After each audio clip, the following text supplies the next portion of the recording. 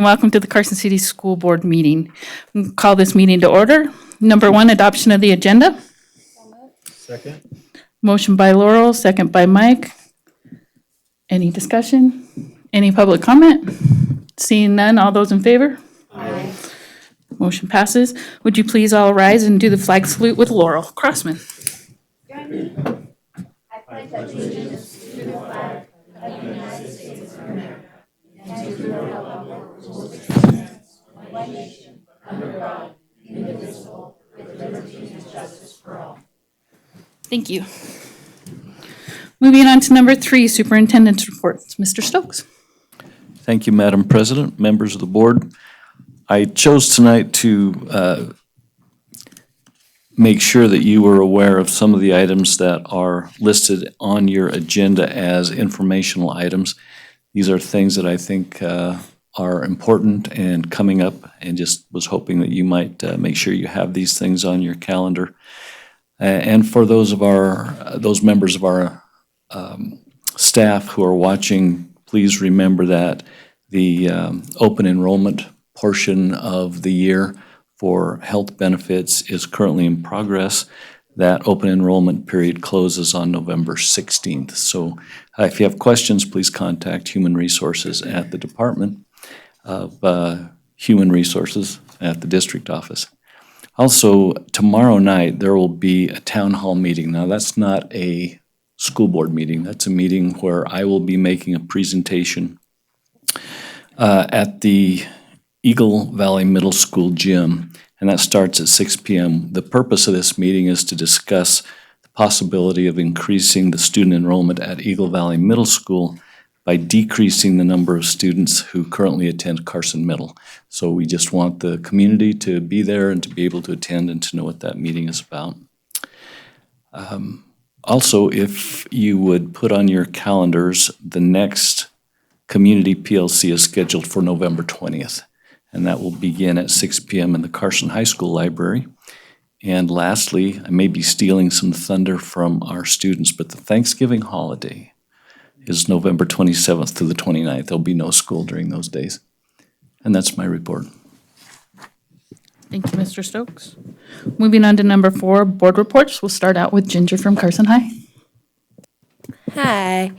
Tomorrow night at our school is a teacher basketball game. In the past, it has been Douglas High teachers versus Carson High teachers, but this year, the teachers from Douglas and Carson are making one team, and then the other team will be made up of the local sheriff's offices, so they're calling it Books versus Badges, and it's at 7 p.m., and everyone should go to that. It will be fun to watch. Good fundraiser. Yeah. And then after that, with tryouts this weekend for some sports and practices starting next week, winter sports are starting, which is wrestling, basketball, and skiing. And then after that, on November 22nd and 23rd is the Holiday Craft Fair. There'll be 150 booths of people selling different stuff, fun things. Each booth has something different. And on the 22nd, it costs $2 for admission. And the 23rd, it's only $1.50. And if you bring canned food, you get in for $1. And then there'll also be a Santa Claus there. And that's it. Thank you. Thank you, Ginger. Abby from Pioneer High. Hi. Okay, so first I have on the 31st, we had a project discovery trip, and it was a surprise, but it was really fun. We went to the community center, and we built boats, and we had to race them across the water. And then we did, like, bonding activities when we got back to the school, and it was really fun. And then on the 14th, we have, I think, the last rock climbing trip for before break. And then last week, we had a small career fair, and we had a Nevada Day worker or a Nevada State worker, and then people from the Army and things like that. And they came and talked to us about different things, and we got to learn about what they do. And then we also took Phil, our janitor. We took him, our leadership class took him to CMS for their Veterans Day ceremony, and apparently he had a lot of fun, so we were glad to do that for him. And then last we have, or I guess that's it. I'm sorry. Thank you. That's plenty. I'm glad to hear what you guys did with Phil. He used to be the janitor at Mark Twain when my kids were there, and he's just a really great guy. And for you guys to do that, I think is really special. So thank you guys. Appreciate that. Moving on to other board reports, Mr. Varner. Yeah, I'd just like to say that I had the opportunity to attend the Veterans ceremony at Carson Middle School. And I got to tell you, what a wonderful event. That was so moving, and the kids did a wonderful job. And kudos to the principal and everybody, but it was really well done, and I enjoyed it very much. Carson Middle School, their report is on November 16th, which is, I think, this coming Saturday. They're having their annual wetlands cleanup, and they're looking for staff and volunteers to help with that.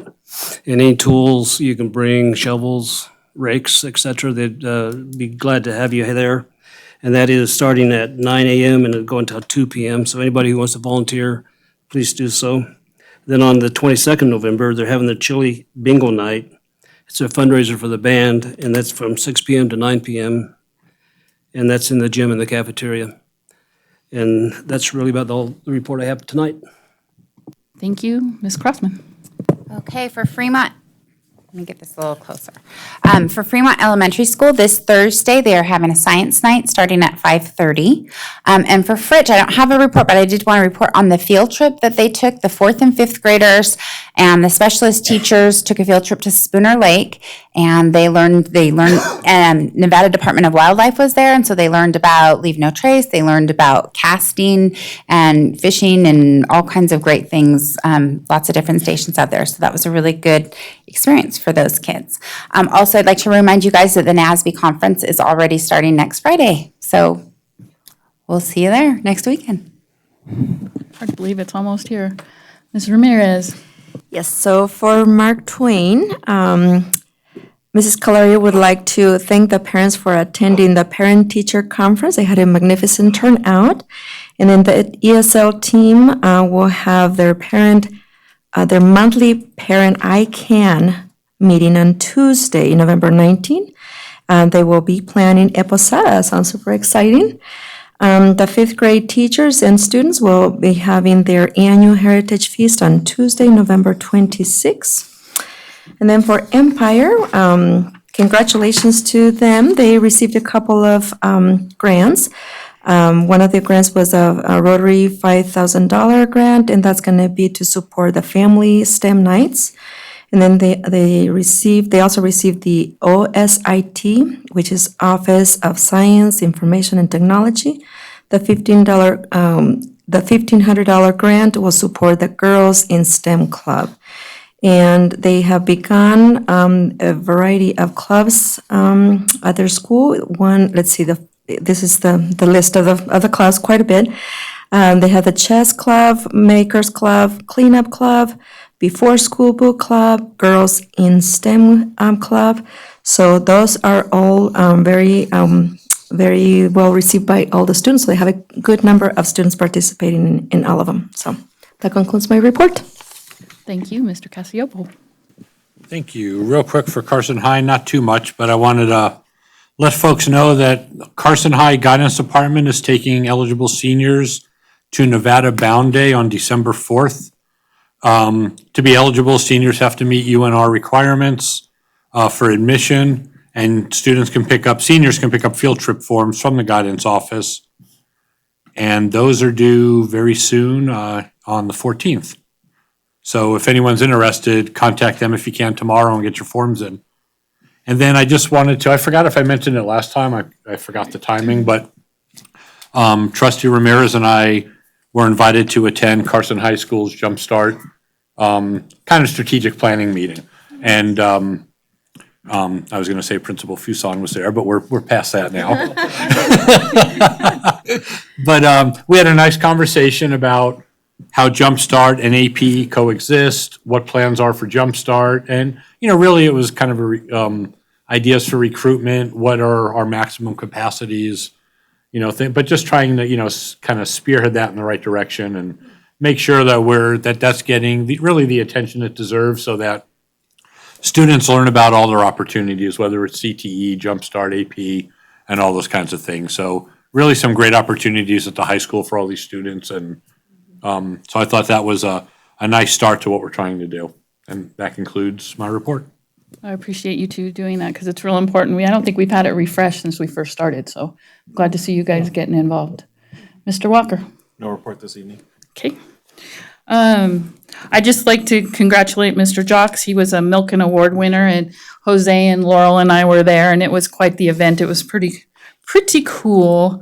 And then I attended both the Carson Middle School and the Eagle Valley SSA meetings, and you'll see from our agenda some of the stuff that came out of that. So, and it's a busy week next week, so hopefully the public, we really do want everybody that has a say in Eagle Valley to be there tomorrow at 6 o'clock. It's real informal. It's not posted, so there will be no action or deliberations, to let you know that. And if anybody's not going and wants to contact us, you can go to the website and hit our email. We'd appreciate all the input we could get. Moving on to association reports. Seeing none, moving on to public comment. Comments may be made by the members of the public on any matters within the authority of this board. Please note that public comment will be taken on items marked for possible action before action is taken on such items, and members of the public are encouraged to comment on such items at the time when they are being considered. Although members of the board may respond to questions and discuss issues raised during public comment, no action may be taken on such matters until the matter is placed on an agenda for action at a meeting of the board.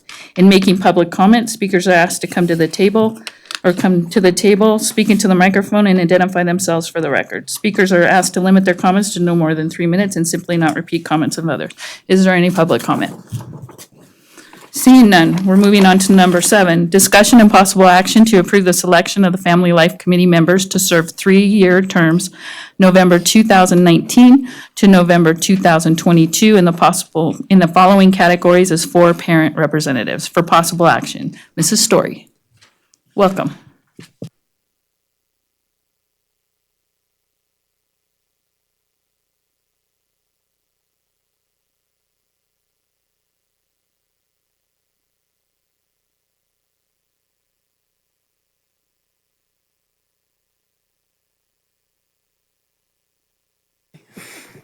I've done worse. Good evening. My name is Sheila Story. I'm the school nurse at Carson High and the chief nurse for the school district. I'm also the committee chair for the Family Life Advisory Committee for the Carson City School District. Tonight, I'd like to introduce 4 individuals. One is with me this evening in regards to your consideration for placing them on the Family Life Advisory Committee for the 4 parent positions that are currently open. So the first one is Fawn Lewis. She's to my left. She's a counselor at Carson High School. She also has some great teaching experience, and she has a daughter who attends Carson High School. She's a freshman this year. And then I have Stephanie Robbins. Stephanie Robbins works for our state government. She has an 8th grader at Eagle Valley Middle School. She comes with experience in substance abuse, family planning, and Nevada Medicaid. This third individual is Sarah Lopsinger. Sarah Lopsinger is currently a professor at WNC and also a professor at the University of Nevada, Reno. She's also worked for the Carson City School District. She has a kindergartner and a 4th grader at Fritch Elementary School. And our 4th candidate is Erin Bean. She is currently a health education teacher at Carson High School. She also has experience as a physical education teacher. She has been on the board in the past and did an exceptional job. So these are 4 individuals I'd like for you to consider for our Family Life Advisory parent positions. Do you have any questions? Any questions from the board? Richard? I'd just like to say that, upon review of their resumes they submitted, I think they're excellent candidates, all 4 of them. Anyone else? I do have a question. On the article that was posted on the Nevada PO, it indicates that it should have 5 parents, but we only have 4 applicants. Does that mean there is a 5th vacant position? Currently, there's only 4 vacant positions. We do have 1 parent who is staying on the board. Okay. Any other questions? Joe? Not a question. I just want to thank everybody. I agree that the qualifications are, it's really fantastic to have people of that caliber that want to participate. But just to participate at all, you always have a shortage of volunteers. And for people to take time out of their schedule in any capacity is really tremendously appreciated. And so we're really happy to see the interest, and I think it's going to, be a good committee. So thank you very much. Thank you. And I would just like to reiterate, this is one of the most important committees we have, because this is always a topic at the legislature every year when they want to make it a state regulation. And I think the way that we put this committee together and the way that it's worked in the past years has really held off from us having to be in that state mode. So I really do appreciate you guys stepping up, because it is just so important that we keep it so that it's what we want our students to be learning. And it's always open to the public, so if anybody has any qualms about it, it's posted on the website. They can come, they can talk, they can see the materials. Mrs. Stories will let you check them out, and you can see them for yourself. And so I just think this is a great opportunity, and I'm so glad to see the people that stepped up were great, and to thank Jen, Christina, and Mary for their work. They worked a long time on this committee and built a really good base, and we really appreciate that too. And your time as always. Thank you. Looking for a motion. Yeah, just a quick comment before I make a motion. I just wanted to thank Jen Trapesky. 15 years she served on the committee, and that's a fabulous contribution that she's made. I move that the Carson City School Board of Trustees approve the selection of Aaron Bean, Stephanie Robbins, Sarah Lobsinger, and Fawn Lewis as parent representatives to serve on the Family Life Committee for a 3-year term, November 2019 to November 2022. Second. Motion by Laurel, second by Joe. Any other discussion on the motion? Any public comment on the motion? Seeing none, all those in favor? Aye. All those opposed? Welcome aboard. We look for great things from you guys. Thank you. Moving on to number 8, progress update on the 2018-2019 school performance plans related to the Nevada School Performance Framework for Nevada Middle School, for Carson Middle School and Eagle Valley Middle Schools, for discussion only.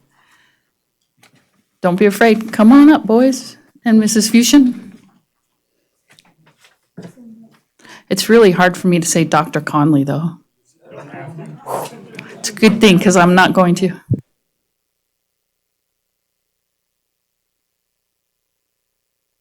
Always will be. He's still Jenny from the block. As long as nobody puts baby in the corner, I'm good with that. We keep this up all night, Joe. All right. Not under my watch. He'll be here all week.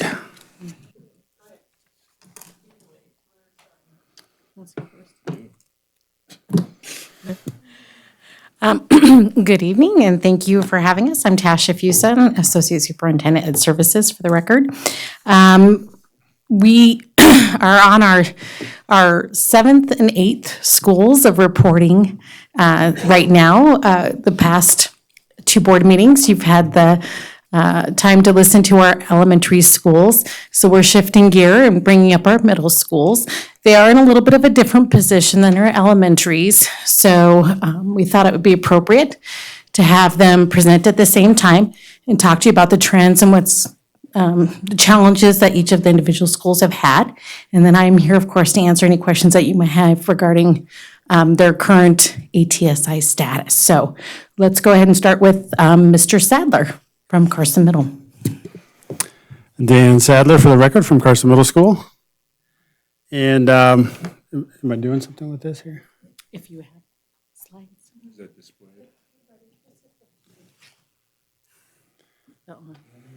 It's a play. It made a noise.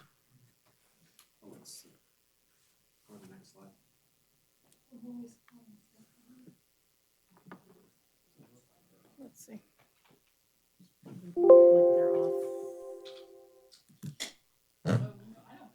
TVs look off. Oh, there you go. There you go.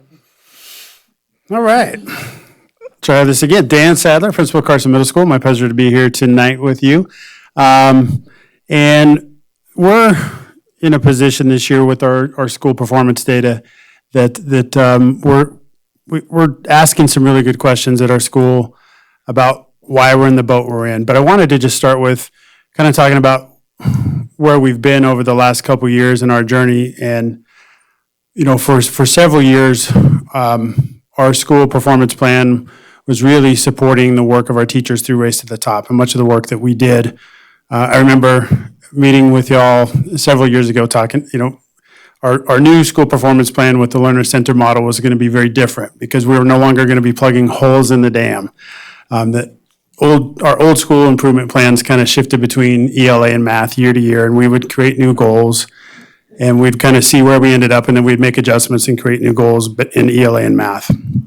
And as we went through the process of developing the learner center model, we really shifted our focus away from creating, you know, we'll improve from 38% to 45% to really shifting the process of assessment for learning in the classroom, and really started looking at how things that we were doing impacted instruction. So as we go through the data tonight, I'd like to kind of front load with a few thoughts here, because as we consider our data, questions that we've been exploring at Carson Middle School is, why are some of our students achieving at low levels? Why are some students achieving at high levels? Why are some students missing X, Y, or Z as far as their achievement goes? Again, why are some students getting X, Y, and Z? And there's lots of other things that we want to consider as far as how we support our students. We looked at school improvement this year through the lens of those three questions in bold print. What is the root cause? What is the impact on instruction? And what are we going to do about it as a school? And to further that, we really are looking at how do we improve and increase learning outcomes for all students. So that's really just the lens that we're considering here as we go through school improvement.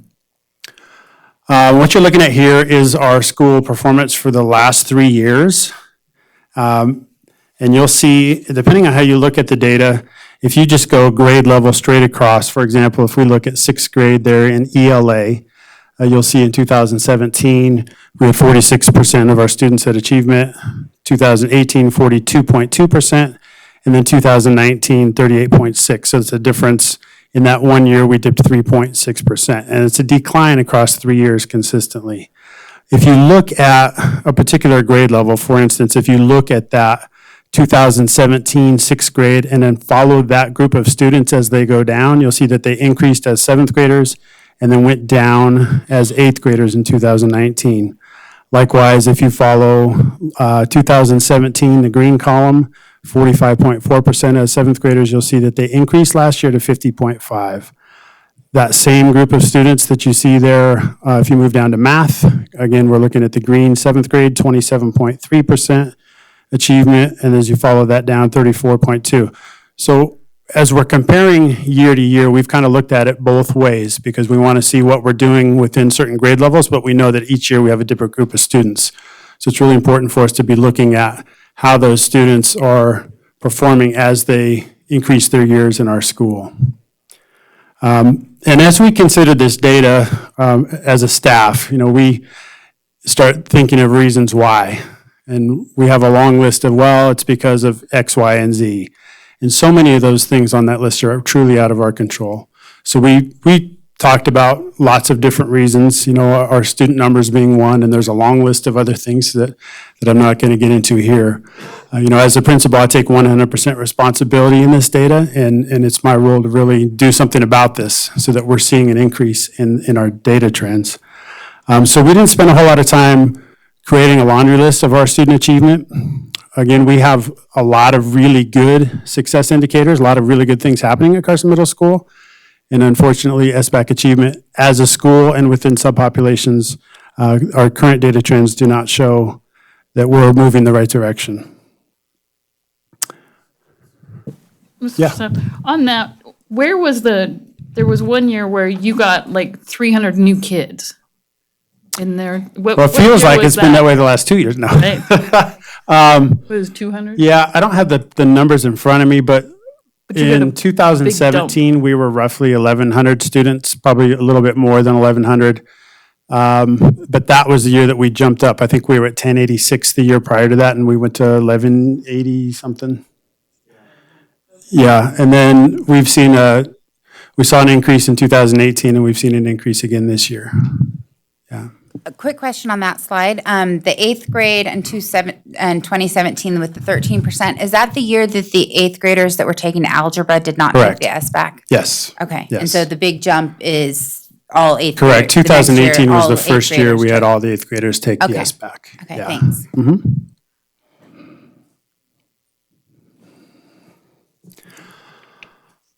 Did I skip something? No, I went right to it. So our school improvement goals this year, you can see in the bold print, we really wanted to keep them succinct and very clear so we didn't have confusion about what our goals were.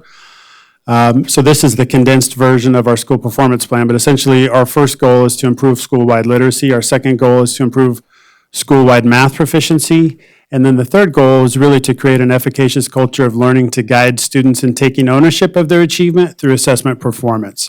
And if you look at the root causes under each one of these, some of this language was pretty strong. And as we've gone through conversations with our staff, myself included, we really kind of take issue with some of the perceptions that are out there when we look at SBAC achievement and NSPF. But again, we really want to consider the things that we can do something about and the things we should be doing something about. One of the root causes that's really applicable to both the first and second goal is really a lack of consistent instructional rigor. And that's not a slam to our teachers. Our teachers are working really hard. I can't ask my teachers to work any harder. And I'm sure they would agree and add things to the list of reasons why the data looks the way it does. But when we went through Race to the Top and our teachers designed their assessments, we put together our learning guides, everything that we created, we're finding the more we learn about SBAC, the more we're finding that we didn't create assessments that were really in line with the rigor of the standards. We took the standards and then created targets based off those standards for the most part, and did a great job teaching to those learning targets. But there's some gaps in our achievement, both through SBAC and also when we consider the rigor of the assessments that are being presented. So I don't want to say we're completely going back to the drawing board. We're having some really good dialogue as a district, both with Eagle Valley Middle School as well, and saying, what can we do to really increase that rigor, not only of the instruction in the classroom, but also the assessments, both, because they do go hand in hand. So this is not a knock on the teachers and the instruction that's taking place. We're all really trying to understand how we can increase rigor and also meet the needs of our students at the same time, because that is an extreme challenge when you have a wide gap of achievement in one classroom. You have students who are well below grade level and students who are well above grade level, and trying to meet the needs of all students, maintaining that high rigor, and also trying to provide students what they need so they can move from point A to point B. Our goal, again, is really that we want to improve literacy. We've spent a lot of time getting our staff involved in that conversation. We're using the MAP test in a different way than we have in the past. That's really been kind of a secondary measure of how our students are performing, but we really challenged ourselves to learn more about how we can utilize MAP to identify gaps in instruction. So we've spent some time working with NWEA. We partnered with them last spring, and we've worked with them twice this year. With all of our math, English, science, and social studies teachers, as well as our special education teachers and EL teachers, to really gain a deeper understanding of the power of the information we have within the learning continuum. And essentially what that means is we're learning more about our students and what they're ready to learn next so that we can better meet their needs. And we have definitely increased our focus on literacy across the school. That's something that we self-identified years ago, that our students aren't reading at the levels that's really required for learning at their grade level. But I would say several years ago, we didn't quite know how to respond to that, because again, we were kind of coming to terms and understanding of what was required by Common Core. And as we get deeper in those conversations about rigor, we're having a better understanding of not only what's required to support literacy across subject areas, but what we can do about it in our classrooms to support our students. The third goal is probably the biggest challenge for us, because this is where it takes a village to raise a child, that the efficacy and really how we perceive assessment, or even just our understanding of what the word assessment means in education, is so impactful of the work that we do. I I think if we were to take a poll on teachers and what they thought of the SBAC, we'd probably get lots of different opinions, and we poll the public, we'd have a different perception there. If we ask our students, they often tell us what they think of SBAC as well. So, how do we keep that as a measurement of our achievement in our school and really place importance on it and not just flush it down the drain and say, hey, this is really an important measure that we have to consider, and how can we better prepare our students in that? We really need to do a lot more community outreach with our parents so that they understand how we're using assessment and how important it is as well.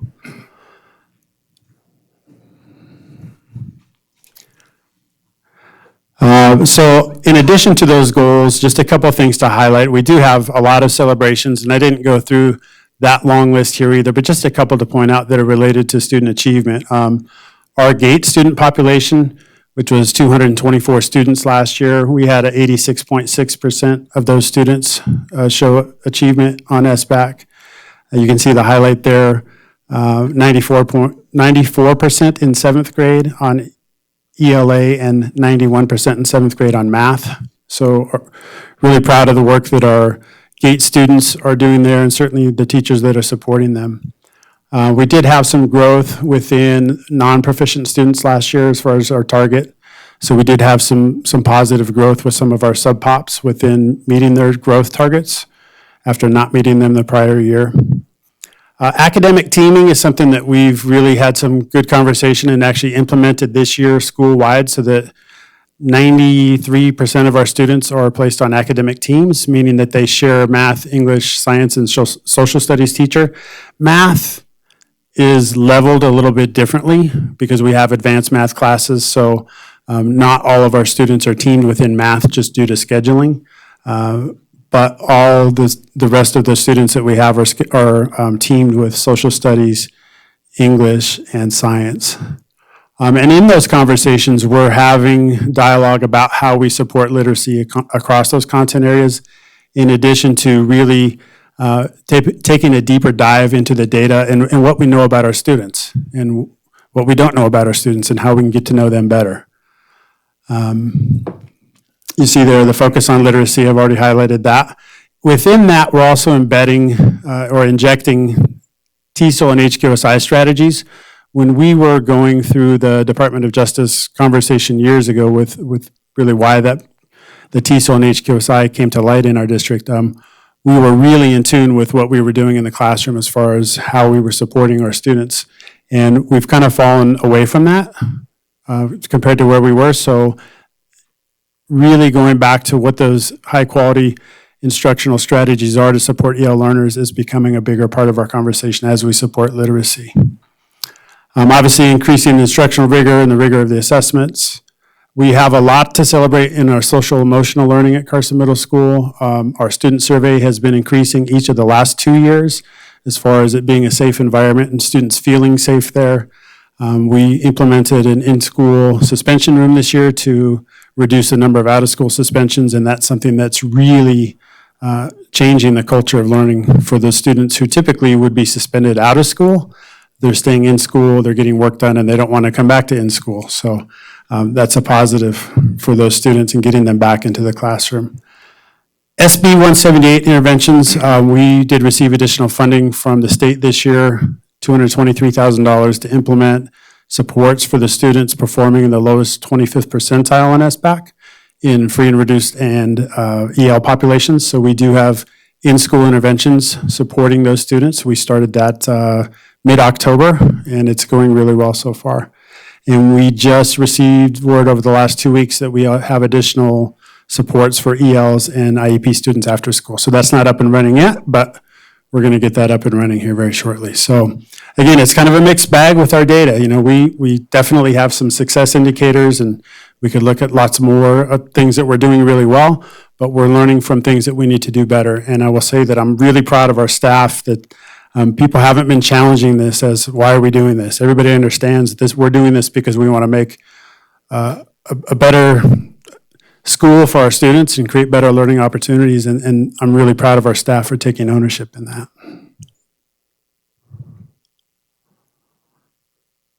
There's our staff.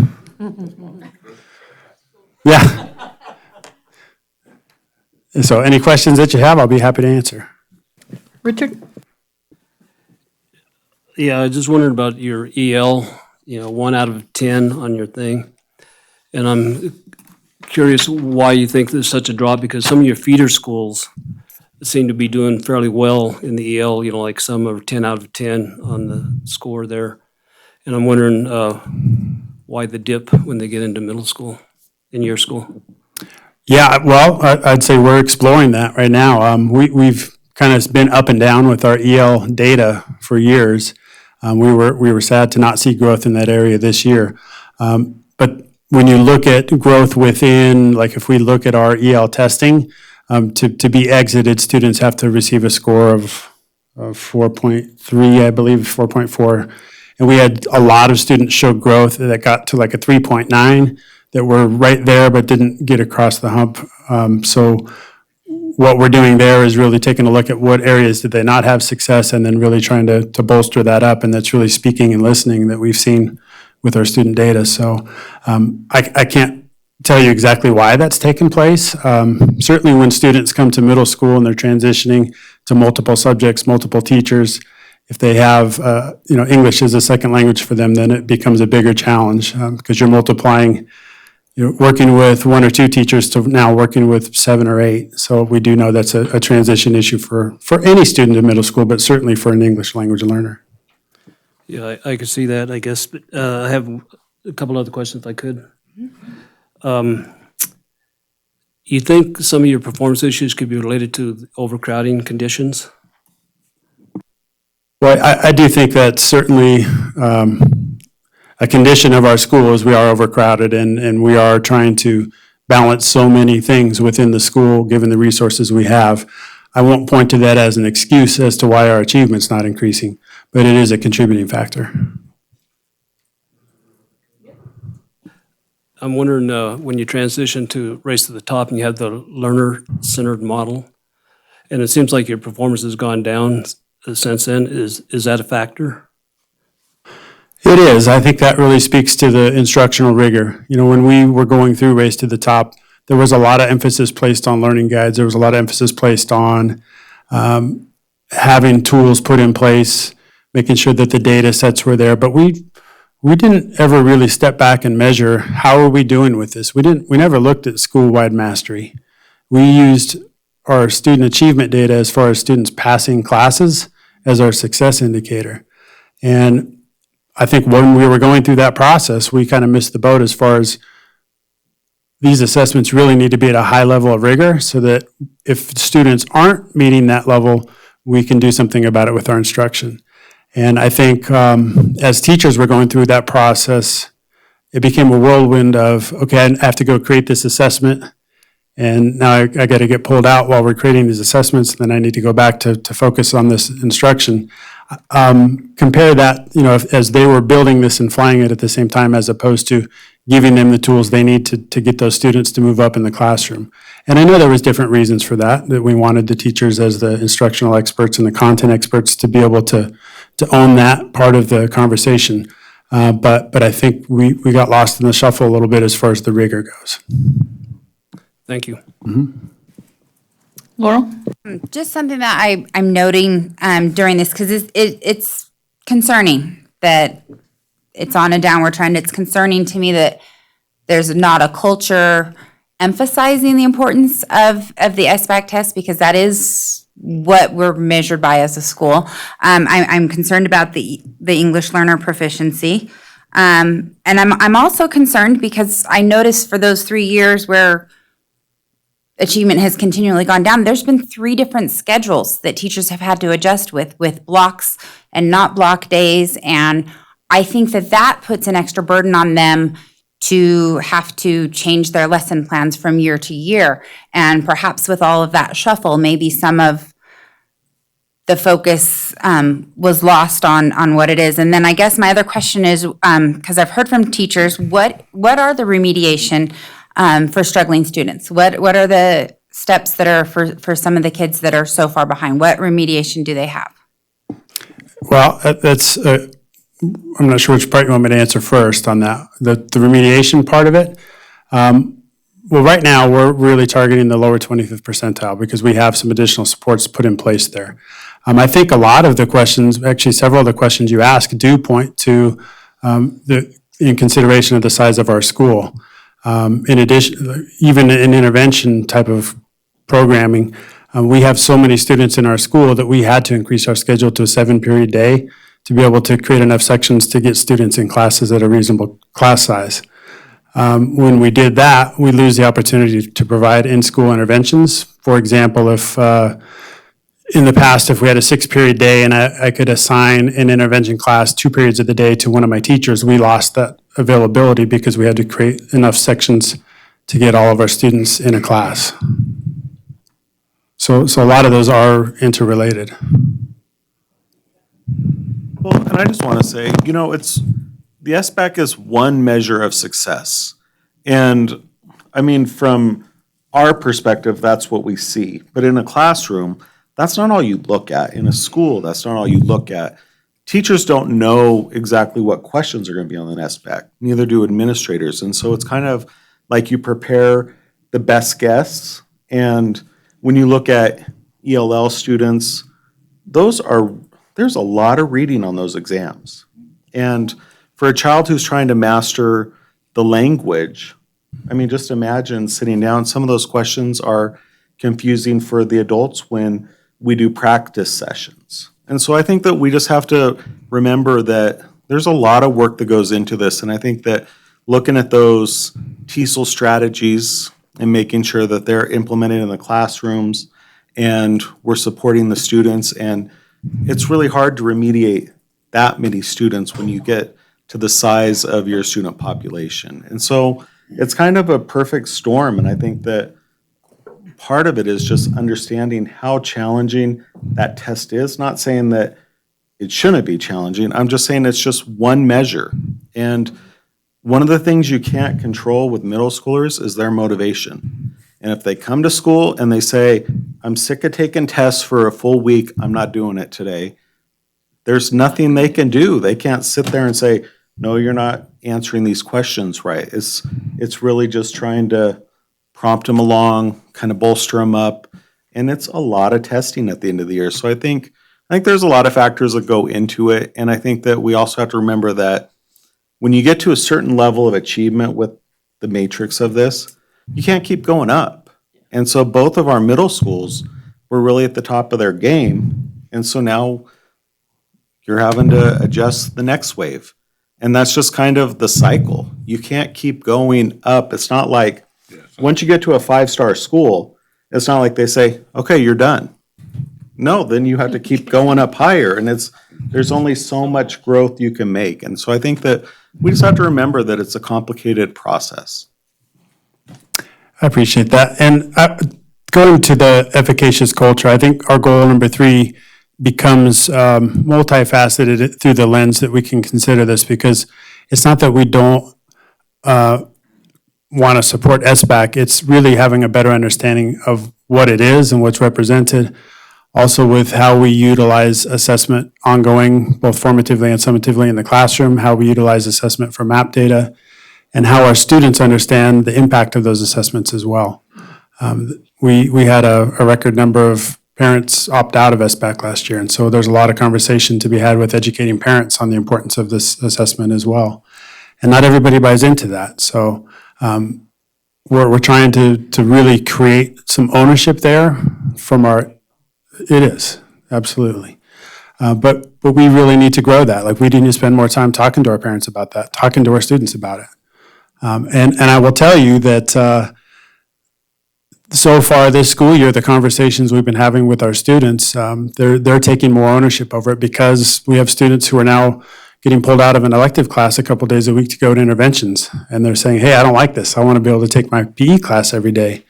And we have to be able to provide interventions for those students. So that in itself, though could appear punitive, is really designed to support students in their learning. And it's changing that conversation for those students.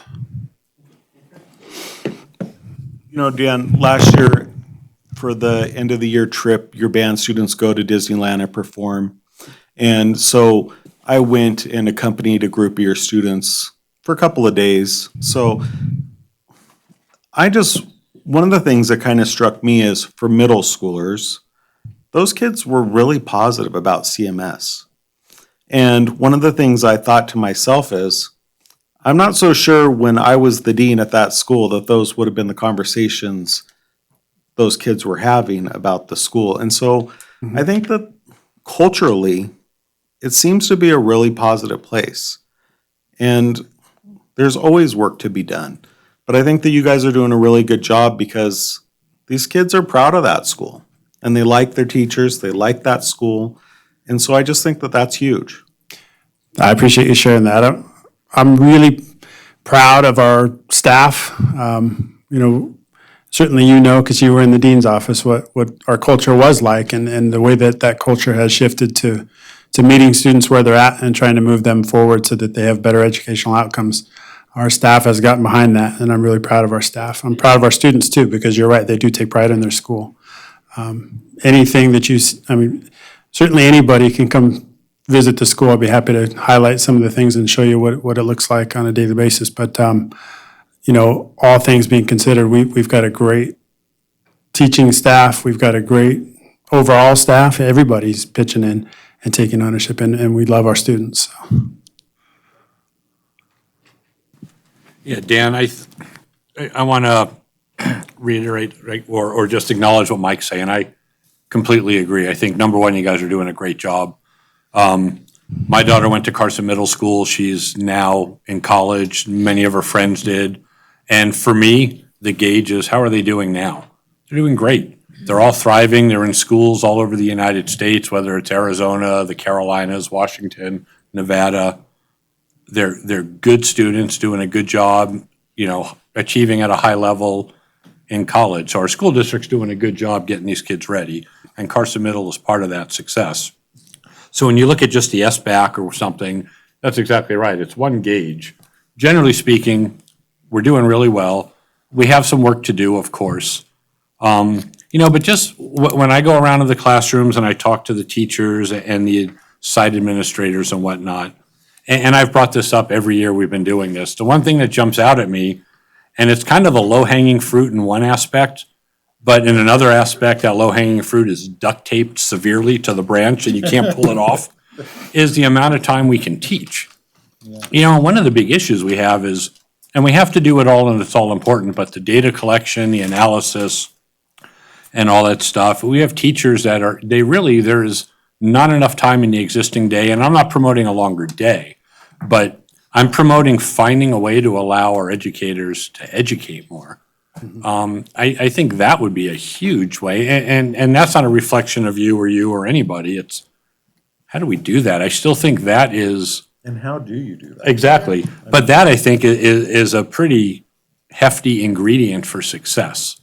And, we have these teachers, I'll go over to the PDC, they're there until they get kicked out at 7:30 at night, and they leave there still going, I didn't get it all done, I have more work to do, and gee, tomorrow I have these meetings to go to, and they're trying really hard, and the administrators are doing the same. And just trying to find that balance of, boy, that extra, pick a number, 15 minutes, 30 minutes a day, 2 minutes a day, to be able to work with these kids and get them what they need, that plus the interventions really goes a long way. In the classroom setting, it's, without going too much on a soapbox, it's getting crazy. The disciplinary problems you guys have to deal with and the way you have to deal with them isn't conducive to learning sometimes. And so really what you're doing it should be commended, but it's you're pushing that boulder up a hill and, over and over again, and you can't quite get there. And the STAR system is really, set up to be, a 3-star system. You might get to 4 or 5, but then you're going to get kicked back down the hill. Right. And so you're going to oscillate around 3, and that's about as successful as you can be. Right. But I don't want to take away from the fact that there's improvements we have to make, but I think my message is, I think you guys are doing a great job. And if we can just together find ways to improve the rigor and do all those things you're talking about, but also find ways to maximize learning time within the existing day. Yeah. I think that's what we have to do. I agree with all that. And I think one of the things you hit on that's important to note too, when we look at success indicators, a huge success indicator for us is what we see going on at Carson High School. We don't always get to see those rewards at the middle school level. And that's not to downplay SBEC and say, well, it doesn't matter because we see them go be successful. But it's more important for us that we're preparing students to be successful at Carson High School than getting a 2-star or a 3-star, because that's their livelihood and that's their future.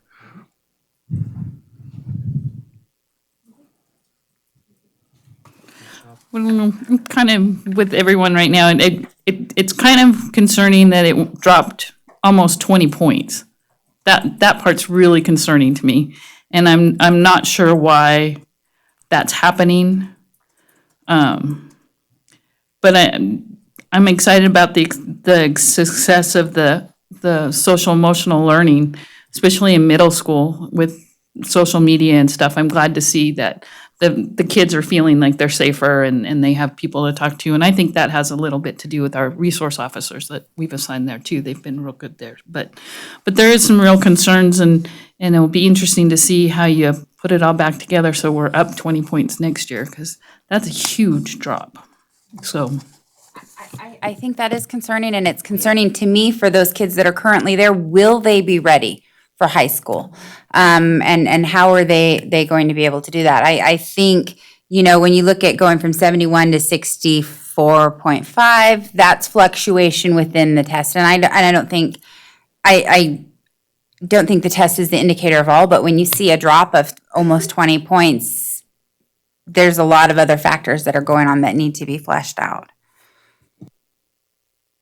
I don't know what they are. yeah, that's a $64,000 question. If I could, real quick. Yes. I got a granddaughter who attends school there, and she's happy there and everything. And I've been in the school quite a bit, and I've been in there during the hall, when the hall is full of children and everything. I think you got a lot of wonderful children there. But I'm wondering, again, about the overcrowding. If you had a reduced student load, if you could go back to the intervention time you talked about earlier, I think that would help, in my mind. I don't know, what do you think? Yeah, it definitely would help. I mean, that's one of the things we're already considering for next year with no shift in our student population is we have to find a way where we can provide interventions during the day. We are also locked into the resources that we have, so we have to look at our current staff and say, how do we make that happen given our current staffing? Because we're not going to be adding any staff. So we're going to have some tough conversations with our staff on how we're going to support that. Because again, if we pull away from our core classes, that just increases class size. And, if we could, I was having a conversation with Mr. Test, who's here earlier today, and, if we had 5 students in a class, probably be a lot easier to hit achievement levels. When we have 35, it's a lot more difficult. So last thing I want to do is start increasing the class size for those core classes, but at the same time, we got to meet the needs of our students. And that's a significant challenge for any of our teachers, but especially like math, English, science, and social studies. Right now, they have those students mixed all in one class. So you have students who are performing well below grade level and students who are performing well above it. The one exception to that are our GATE classes where, and even there's some mix within that population, but the general population is definitely a challenge to meet their needs. Well, I think your teachers are really trying because, like I said, my granddaughter's in school there, and she struggled a little bit when she first transitioned up. And I got to say, the teachers are all more than willing to communicate with us and help her. And, she's back on track now. And I think it was due to the teachers being willing to work with her and communicate with the parents and guardians. Is there a need for more staff? Or is that? We don't have Yeah. room for more staff. So yes, there's a need for more staff, but we don't have a spare closet in the building.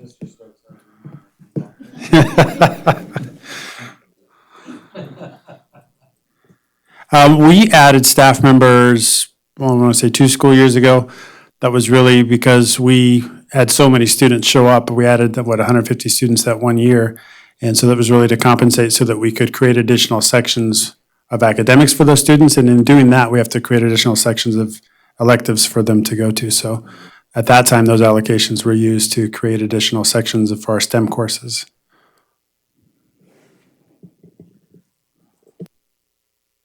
Any other questions? Okay. Going on to Mr. Conley. You're going to hear, Lee Conley, by the way, for the record, principal over at Eagle Valley. You're going to hear a lot of similarities between what Mr. Sadler just stated and what I have to present as well. There are definitely some differences between the schools.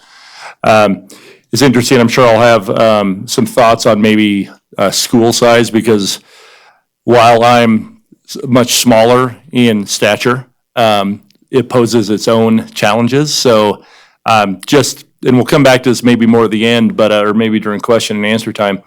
But it's interesting. I think Dan's school is way too big. I think mine's probably a little too small, and it restricts our flexibility a little bit. So quite honestly, I think if we have that opportunity to, equalize schools in the future, in the next few years, it's going to be a benefit for both, because it's going to allow us to have equalize our programs as well.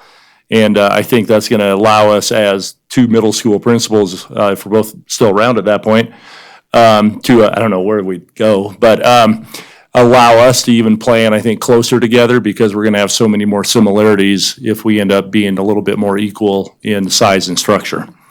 So that's just our mission statement. And that's one thing that we revamped a little bit last year. And that came from our teachers, but you can read that. I'm not going to read it aloud for you. But let's see here. I'm just going to jump in here. Like I said, you're going to hear a lot of the same things that Mr. Sadler said, but with some differences. I'm going to just start with kind of boldface results trends. That statement on the right, this is not where we want to be. Right now, I've had conversations. I had the opportunity for the state superintendent to come by and visit our school with Mr. Stokes, and Member Crossman was there also. And I'm going to tell you, I put a lot of this on my own back. I believe it's my duty to kind of keep the focus on what we're doing with individual groups of students. And we got away from that. We were kind of invested in creating the system, creating the structure. And I think while we did a good job of, creating and adopting new curriculum, learning new curriculum, creating some assessments that we thought were good, but we know we have to improve upon those to get a better match and maybe increase those rigor on the assessments. I think that's where the focus was, and we weren't able to focus as much as we should have. And again, I'm going to take the blame on that one, to focus on the instructional part of it and making sure that those kids weren't falling through the cracks. It's almost like we were looking at too big of a picture, and we weren't looking at the components of the picture as much as we should have.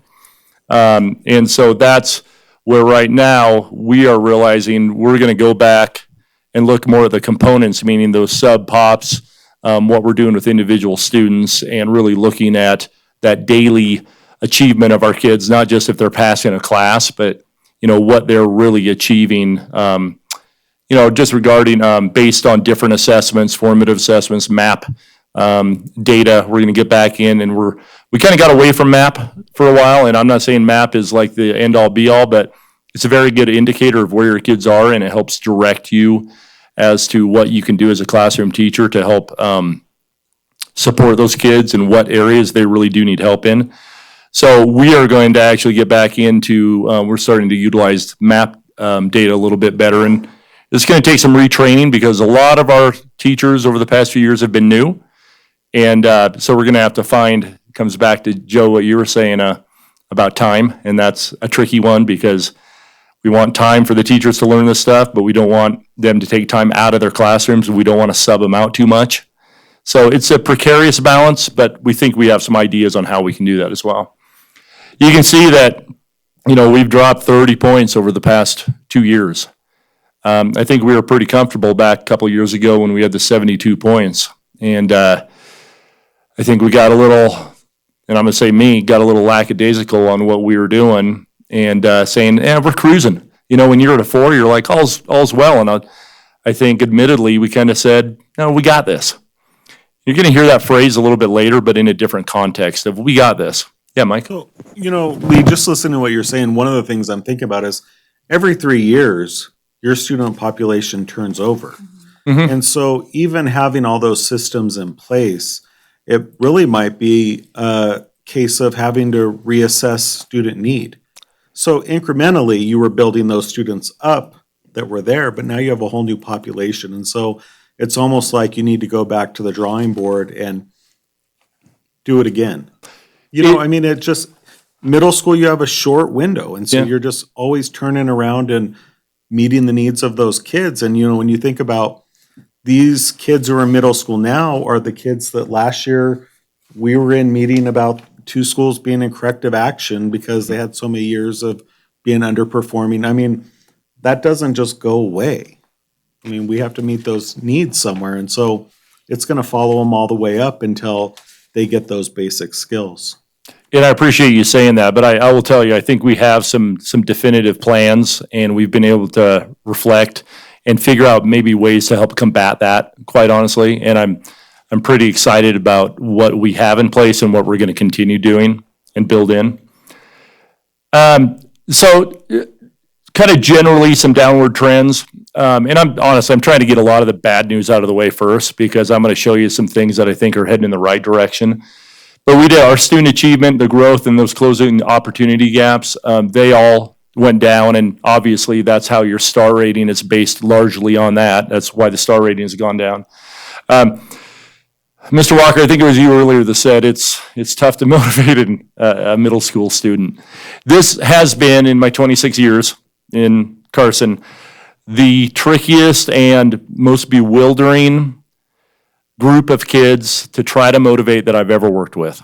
I don't know what it is, and I'm not going to blame the kids, and that's one thing our staff promised we would not do, is to blame the kids. And we're going to kind of control and affect what we can.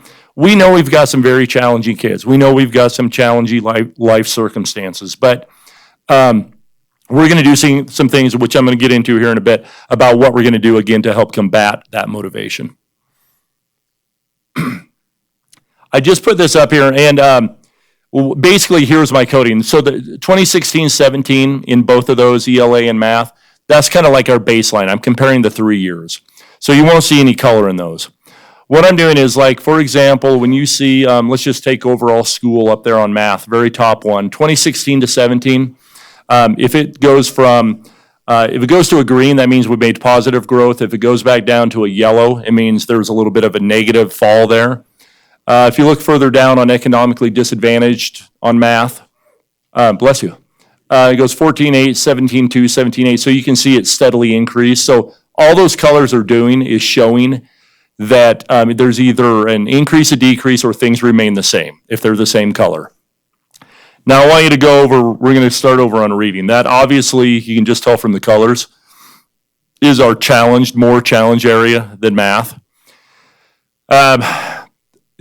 And again, I'm not going to make excuses, but I got to say I've had a really tough time finding a consistently strong ELA team. I've had a lot of turnover in ELA teachers, and I have been a little more impatient, I guess, or less patient with new teachers when they've come in. And we've had a new ELA teacher out of 5 every year for the past 3 or 4 years because they have not performed well in the first year. And I've kind of said, I'm not going to continue this for another 2 years for probation. I'm going to kind of get rid of them early.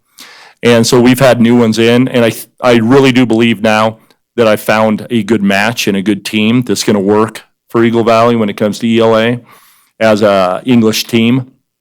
And I think we've got consistency now because I believe I've found new teachers that are going to fit really well in with the school culture and with the team and with our vision.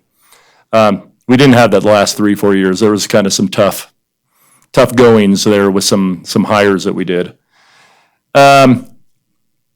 So you can see that overall we've had some drop in there. I do want to go down to that English language.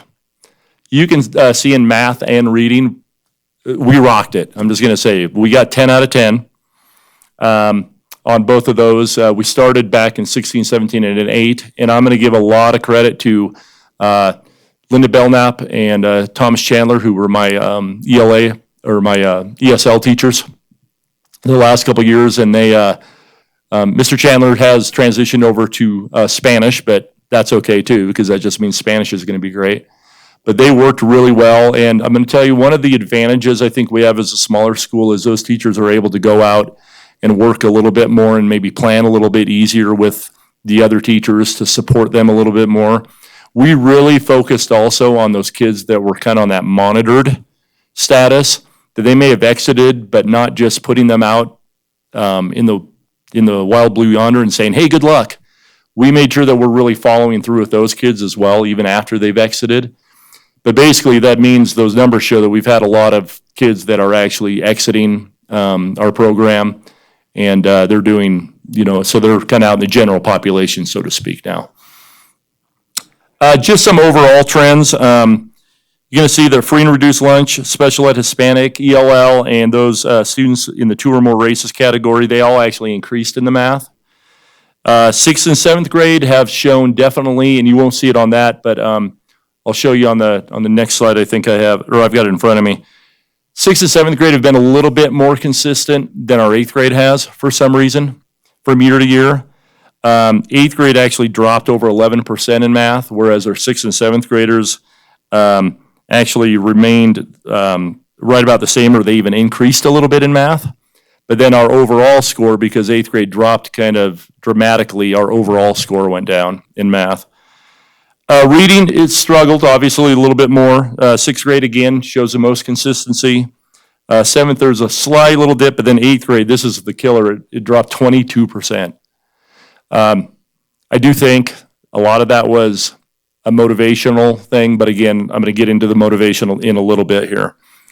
We did have a new curriculum that the teachers were learning. A few years back, math was in the same boat. If you remember, a few years back, math dropped, and we had a new curriculum. We were learning how to do that. We were building the student-centered system. We now have reading. They had a new curriculum. It took a while to figure the curriculum out. They feel a lot more comfortable, the teachers, in what they're doing with the reading program now. And again, I mentioned kind of our rotation of teachers when it came to the ELA group.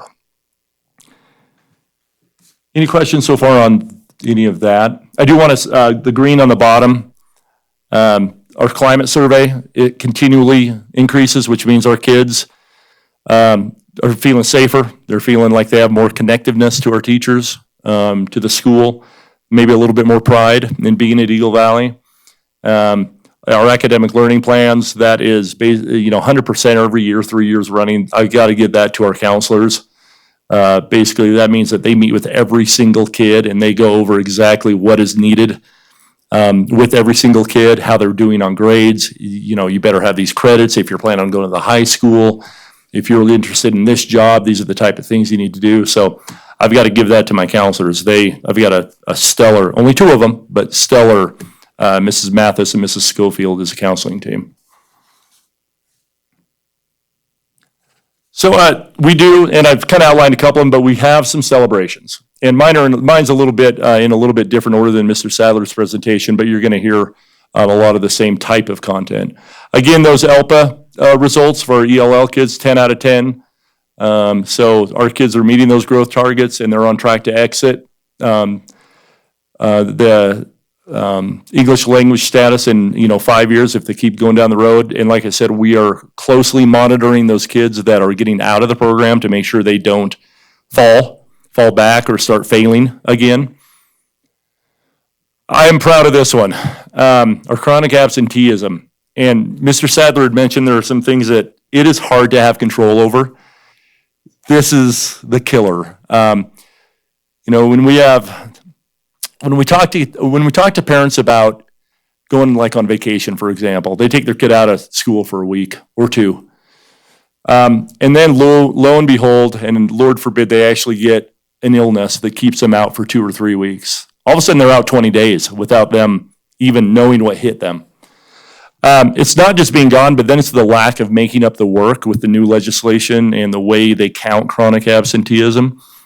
So then these kids aren't making up the work. I will say my staff is doing an incredible job of providing the work and saying you need to make this up and we will support you in doing it. We don't always get a good reaction on the kids taking advantage of it or them completing the missed up work.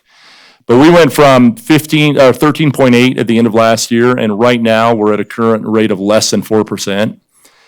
We have a multidisciplinary team that we meet every 2 weeks, and it includes Alice Valdez, the truancy officer, Deputy Lopez, our SRO, our counselors, our administration team, our social worker. And we go through and look specifically at kids that are gone, 4 days, 8 days, 10 days. We really look at attendance. We also look at kids that are failing multiple grades. We've been doing more home visits than we've ever done before. We've been contacting more parents, and most of them have been receptive in a positive way when we call. Some get a little cranky, but we're basically saying, here's the issue. And so we're kind of hounded them a little bit more, but we, again, are getting down to that individual student level a lot more than we were. And we're getting on those kids and those parents a lot quicker to say, listen, you're entering murky waters. You're going to get yourself in deep, and you're never going to be able to get out of this hole if we don't get on it now. And so again, we've been able to support the parents a little bit more in saying, this is why it's important to be here, and getting a little bit better at saying this is why it's important to make up the work as well. And again, I mentioned this already, but I'm very proud of the fact that the kids do feel safe when they come to school, and I think for the most part, they do enjoy coming to school. Some of them might not enjoy it all the time when we have been taking away some of their elective classes to put them in remedial academic support classes. And I'll get into some of that right now. So I live in Reno, and I see once in a while, and it saddens me, and I always wonder why I see it, but I see a lot of dead eagles and hawks on the road. And I started thinking about that driving over. I'm like, okay, if you can fly, why are you getting hit by cars in Washoe Valley? And I'm thinking, okay, it's because they are dipping, kind of like we've been doing on our academics. They're going after something, and maybe their target isn't real clear, and they're focused on getting that rodent on the road when maybe they should be more focused on making sure they don't get smucked by a car. So I think our focus has been a little bit off, and it's been a little bit too big picture, and we haven't been focused maybe enough on the rodent. Maybe we've been too and on the individual kid. I shouldn't call my kids rodents, but you're getting the analogy. And so I thought, we're kind of like those hawks out there. We're down right now. We're a little beat up, but we're going to soar again. I mentioned earlier, I said, we've got this. And I was referring back when our teachers basically, we looked at the data, and we're not blaming, we're not finding excuses. We're just saying, we've got this. We've got to tackle this. What I mean by this is we are, here, let me go back here a little bit. What I want to do is, our goal is we are basically incorporating as much SBAC type of information into our daily instruction, and we're learning how to do that.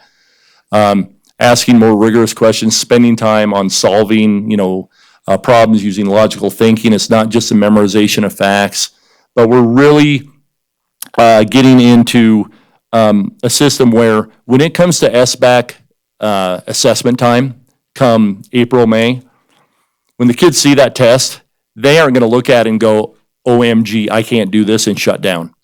Because I'll tell you, what we saw a lot of this last year was kids looking at a test, shutting down, and they're done. And literally, they would be done taking the SBAC portion of, whatever portion they were taking that day in 10 minutes. And then sitting there with their heads down and falling asleep. It's like, what is going on? So what we basically want to do is we want to make sure that when kids see that SBAC type of question and they're faced with that, they're going to look at that and go, we got this. We're doing this every day in English. We're doing these types of things in math. We're doing these things in social studies. This is not a shock to me. I know how to handle this. And so we're really trying to push this. We've got this attitude that, it's just another day. It's just another walk in the park. We've been doing this all year. This is not a surprise. And we believe that's going to help our students become a lot more confident before they even get into testing. And it's also a practice in stamina and endurance, because Lord knows when all of a sudden you're faced with hours and hours of testing and you're not used to it, you're going to shut down a little bit. We're also going to try to keep our testing environment a little bit more normal, I guess. Instead of looking at a full day, full week of just testing all day, or having 6th grade come in the morning and then have 7th and 8th grade come in just the afternoon, My belief is any disruption, especially with middle school kids, any disruption is not going to be a good thing. So to try to keep the testing environment as normal as possible, test for a few hours, and then after that, let's go to 3 of our 6 classes like on Monday. If we do math part A on Monday, we're going to take math part A and then go to maybe periods 1, 3, and 5. And then on Tuesday, we take the math portion B for a couple hours, and then we do classes 2, 4, 6. So you still have that normal sense that we're still going to school, we're still going to do our normal thing. And you know, for 2 hours, we took a test, but that's no problem. We got this. We're also looking at that, hopefully, to help reduce a little bit of fatigue and stress for the kids as well. And also our curriculum coordinators, AKA implementation specialists, AKA coaches, a few years before that, they are really working hard with our staff in developing SBAC type of activities and questions to implement during their regular instructional day. So that, again, when the kids see them, they're not going to be shocked. They're just going to get it. Something else that we really did not do a good job on these last couple years, and it came out evidenced in a couple, in a parent night that we had. We need to better inform our parents about the purposes of SBAC and why it's important. Because it was interesting. A parent actually said, you need to have high SBAC scores so that your teachers can get raises. Nothing to do with SBAC. But that falls on us for not being clear as to what the purpose of SBAC truly is. Like SBAC or not, it's what we are judged by. So we need to, and a lot of people just understand those scores. And good or bad, that's the way it is. So we need to make sure that we're playing that game a bit. But it was interesting, some of the misnomers of the purpose. So we're going to better inform our parents of the purpose of SBAC as well as our kids. Because our kids, we're going to, tell them, you've got to take the ACT in high school. Guess what? When you become an engineer, you're going to have to take a high-stakes test. Guess what? If you become a teacher, you've got some testing to do. You've even got to take a test that is stressful when you go to get your driver's license. So we're trying to connect it a little bit more for our kids to say that, okay, there is a purpose in this rather than just torturing us. I will tell you, I think Mr. Sadler and Mr. Walker, I'm not in the conversation you two were having about parents maybe opting out. I know Dan said that they had a record number of parents opt out. So did we. And here's how it works. My dad says, I don't have to do it. Ha ha. Her mom says, too bad, Tasha, you still have to take it. But then Tasha says, well, then I don't care. He didn't have to do it. Why should I have to? And then she says, 10 minutes later, I'm taking a nap. That's what we're trying to prevent. And that's why we're trying to better educate our parents and our students as to the benefits and the purpose of taking an SBAC test. Again, we are having not just the SBAC, but we're having monthly parent information trainings. For example, we're having nights on attendance. We're going to give them a night on what grades and credits mean, CTE preview for the high school. Tell you, it was disappointing. We're trying to get as many parents in as possible, and so far our NSPF training that we offered a 9 a.m. session, and also on that same day a 6 p.m. session. We had 4 parents total show up. I hounded the heck out of them on the school messenger. I advertised it on Facebook. So what I'm going to do now, so that I can make sure I reach everybody, is I'm in the midst of it, I'm putting the final dotting my I's and crossing my T's on a synopsis of the presentation I gave, and I'm going to send that out at least so they have it in paper form. So at least they'll be able to read what I tried to present during that presentation. I'm excited about this, and this has been going very, very well. We started this year 6th grade seminar class, and we largely focus on SEL components in that. But we also focus on organization, how to be a successful student. Again, coming into the middle school is a shock for some of these kids. We've had to really focus on even kids knowing how to talk to each other. How do you talk to each other? How do you disagree with each other? How do you resolve conflict when you have it? Unfortunately, a lot of our kids are not coming in with those skills that we once assumed they had, and they did have when they came in. We can't assume that anymore that they're going to come in with those, so we are teaching them those things.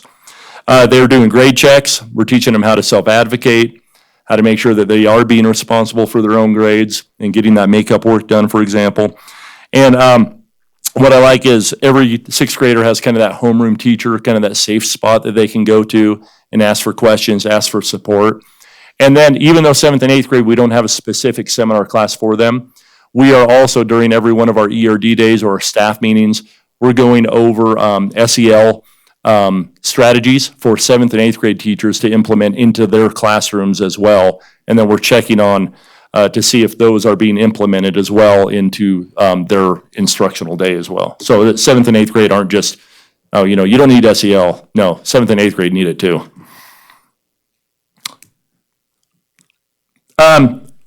Another thing that we have is, and it's part of the SB 178 funding that we were able to receive, and it's been good. We've been longing for any sort of after-school support for years. We haven't had an after-school program, and while after-school is great, you can't make people come. You can encourage them. You can say you're voluntold to do it. It still doesn't always make them come. We're getting more and more kids. We just started it here, starting second quarter. And we're getting more and more kids. In fact, we just did our second invite last week of kids to try to get more kids to the after-school program, and we had a good increase tonight. So more kids started coming to the after-school program tonight. It's largely based on the free and reduced lunch kids and the ELL kids that are performing in the bottom 25th percentile, because that's what the grant says we have to do. But we also, quite honestly, are inviting other kids that are maybe not quite that low, but we know if we just push them a little bit more. These are like those kids that are at a level 2. If we can get them over to a level 3, okay, it improves our SBAC scores, great, but it increases the performance of the kids, which I think is much more important than an SBAC score or an NSPF star. We also we revamped our, and we created some general studies classes again, and I mentioned it earlier, where some of those kids, if they did not perform well or they're in that bottom 50th percentile, we are taking an elective right now and saying you've got some remediation to do. We've got a really cool software called Edgenuity, and while I think we are a little maybe over-reliant on the whole electronic Chromebook, I think maybe we don't want to overuse that. This is a good use of it, in my opinion, because it personalizes any gaps that they have and it provides instruction for them on those gaps. And so during the after-school program and during the general studies during the day, because we have a captive audience, we can actually make them do it during the day. We have about half the period of Edgenuity on that laptop, but then the other half of the class is those teachers doing small group tutoring, looking at how they're doing in their classes, helping them with any grades or concepts that they're not doing well on in science, math, whatever it might be. So giving that small group and one-to-one attention as well, and not just saying, get on the laptop, don't bother me, kid, but we're still giving that one-to-one time. And then, again, so it's never going to end, the curriculum and the assessment and refinement, and I think if we believe it's over, we're going to do ourselves harm. We can never stop improving our curriculum and our assessments. We are going to focus a lot more, though, on incorporating more high rigor instruction. And again, it's not, our teachers are working their tails off. We can say, put more rigor into your classroom. It's kind of like saying, hey, differentiate. It's great to hear, but it's hard to do. So we've got to support our teachers on how to do that.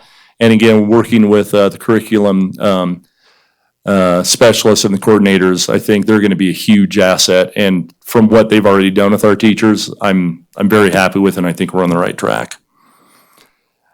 I'll tell you, through this whole thing, when you can ask Tasha, when we saw the results, I kind of just gave this blank look, like that was my reaction. I didn't really know what to say. We were sad, we were mad, we were frustrated. But when we looked at it, we ended up basically saying, you know what? We're down a little bit, but now we're more motivated to improve again because we knew we were there. And if it takes us kicking ourselves in the butt a little bit, so be it. We're doing that. And we're kind of like, we lost focus a little bit. And so I'm actually excited that in a way, I believe out of everything bad comes something good. And I think the good out of this comes a new motivation and kind of a new like we need to do better. And so I'm confident that we're going to do better because I'm confident that we're being a little more precise in what we're doing with our kids. And I think that we're going to see better results, and because right now it's not acceptable where we're at. That, for the most part, is what I've got. If you have any questions.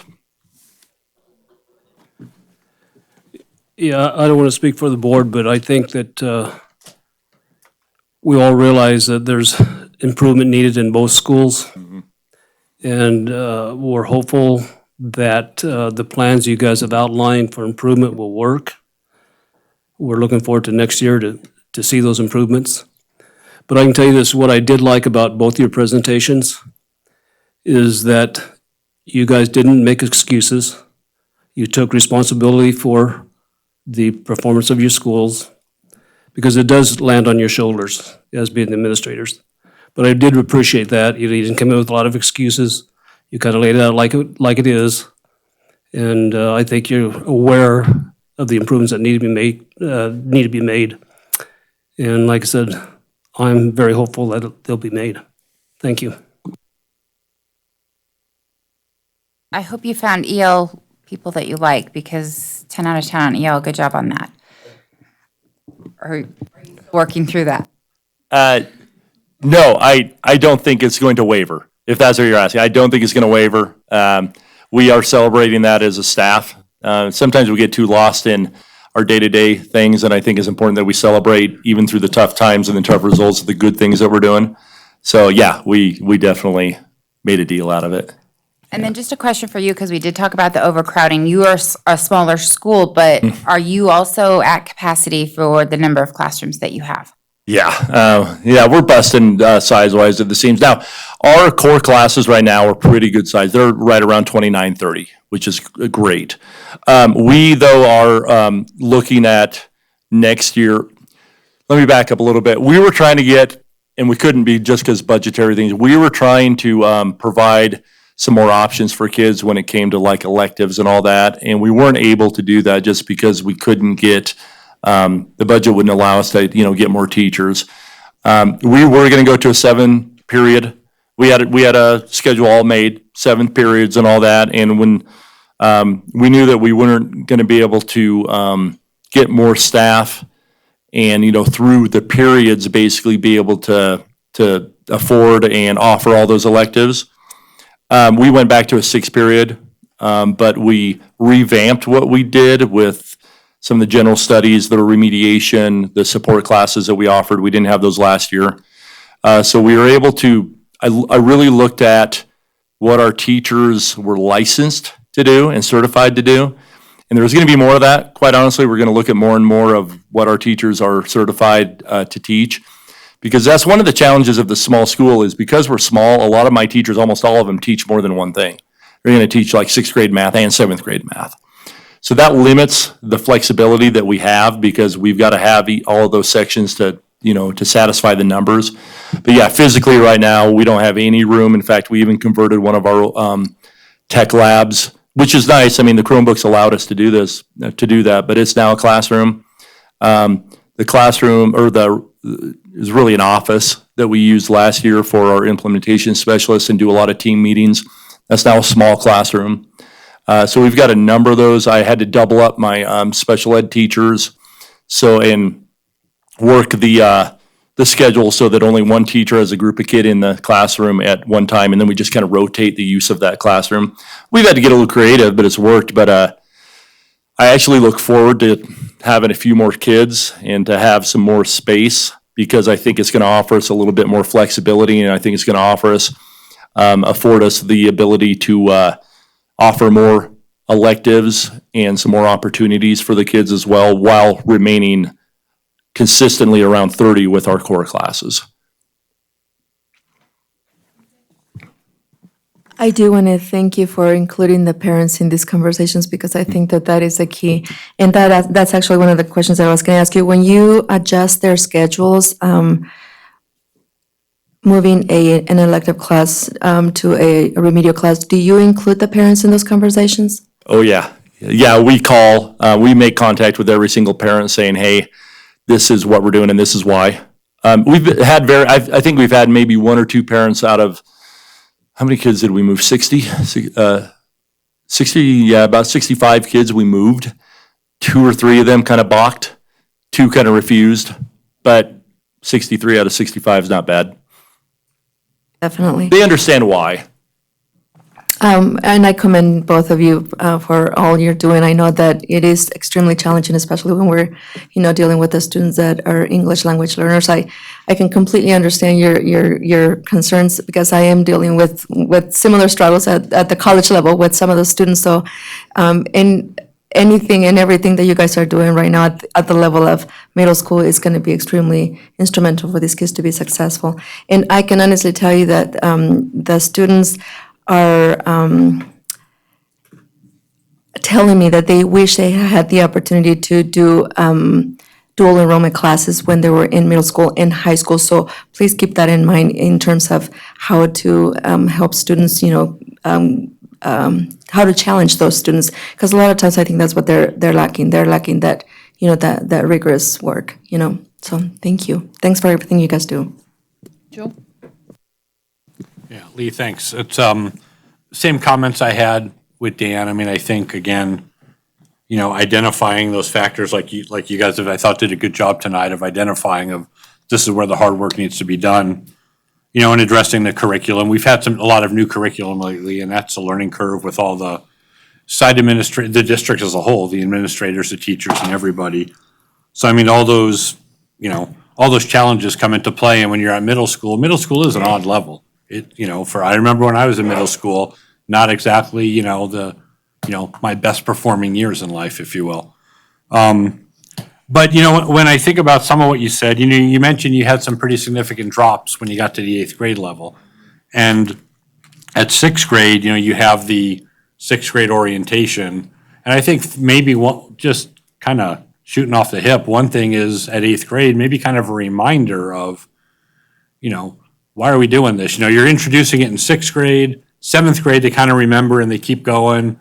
8th grade, they're like, I'm getting tired of this place. They don't really see the end of the tunnel yet. And so kind of that reminder of, hey, this is why this is important. I don't care if you're going to college, if you're going to work, if you're working on the farm, whatever you're doing. I mean, schedules, deadlines, accountability, all this stuff's important in anything you do. You mentioned testing, whether you're, studying law, studying engineering, teachers have to take tests, all our staff at every level, you name it, all have to take exams for the type of job they do. And so, yeah, it's not like we're torturing these kids. We're, you're trying to prepare them and get them ready. We might be torturing them a little bit, but, But, I think, and one of the ways to maybe motivate them is, and you probably do it, some teachers do it more than others, but it's like when your parents tell you to do something. After a while, it becomes a Charlie Brown cartoon. You just hear a lot of noise, but you don't really hear what's being said. And getting outside speakers maybe to come in and talk to the classes, just at all different levels, at somebody who's, maybe a college kid is in college right now, or a high school kid that, hey, I wish I would have paid more attention in middle school, to professionals or somebody that went right to work and, maybe they're in the automotive industry, the engineering field, whatever, but a fresh face to come in and talk to these kids, I think is connects with some of those kids. After a while, they need a different setting. I mean, maybe more of that might help. I know it takes away from the teaching day and those kinds of things, but in a way it is teaching. It's introducing them to, what's out there. So I don't know if that helps at all, but we do have a lot of work to do. I mean, none of us, you included, are thrilled with where we are right now and the trend we're having, but I do expect a trend to go back up again. I think we have some plans in place. I like your idea about the test hours and kind of making it more normal. I mean, nowhere in elementary school and middle school, or for that matter in high school, until it got time to take an ACT or an SAT exam, did I spend a whole lot of time taking a test. I mean, most tests were a few minutes long, maybe it lasted half the class. And now we're expecting these kids to sit down at all levels, even at the 2nd grade level, and take a crazy long exam that they're just not, at that age, they're not ready for. At the middle school level, they're not motivated for. And finding a way to, I think connection is my theme here with these kids is what's important, is how do you make it connect and how do you make it real for them? because motivation, I think, is a big factor in middle school. And that goes in every aspect. I mean, I'm sure as the teachers go, Mr. Testa's back there, and maybe you experience the same thing. When you're sitting there time and time again with a class of 30 kids, period after period after period, and a handful of them just aren't motivated, it's got to be a little life-sucking at times. And you got to find a way yourself to say, how do I stay motivated to keep these kids going? So, I mean, it is a group effort, but I like the idea at all levels of small group tutoring, small group learning. And I think the more of that kind of stuff we can do, and how we do it is another question, but I think that's where we get to these kids, is keeping them motivated, identifying what their needs are, and smaller group or one-on-one things, I think is important, because at the middle school level, it's easy to get lost in a class of 30 kids. So that's my 3 cents, because I thought it was worth more than 2. That was worth a lot more than 2. And I actually appreciate your idea about extending those, like, we have guest speakers coming into our SEL, our 6th grade SEL. We're actually getting more opportunities, and this has a lot to do with our strategic plan, I think, and some community partners, but we're actually, and I'm taking advantage of this, I'm going to Tesla on Friday with some kids. And I think that real world connection to go out there for them to see how cool that it is, but for our community partners stepping in as well. But I think it's up to us to approach the community partners and say, what can we get from you? What can you give us? And I do think that maybe we get a little, we kind of go away from that a little bit for some reason. For 7th and 8th, maybe we think they're too old or it'll bore the kids. But I think you're right, Joe. I think it probably is more of that's an even more important time, because when they're in high school, that's when they're going to really start thinking about, what am I doing in my future? Which, I'll be honest, I didn't do until my 3rd year in college. I didn't know what the heck I was doing. Right. So No, and that's typical for a lot of us. I think kind of recircling the wagons is important. And to Trustee Ramirez's point, she was talking a little bit about dual credit and whatnot. We had that meeting the other day, and one of the things I think we learned is these kids kind of come into high school, and in a lot of instances, they either have it or they don't. But a lot of times, they don't know if they need to have it or not until they get there. And so, introducing more of these things to these kids earlier on, saying, hey, when you get to high school, here's some opportunities you're going to have. And if you don't hear about that till 8th or 9th grade, it's kind of hard to plan for that. But if they're hearing it in even 5th grade and 6th grade and 7th grade and reinforcing, these are all the different things you can do. And while not all of it may sound cool to you, some of it might resonate. And so just introducing them to it, getting people talking to them, and again, making it real. Why am I doing this?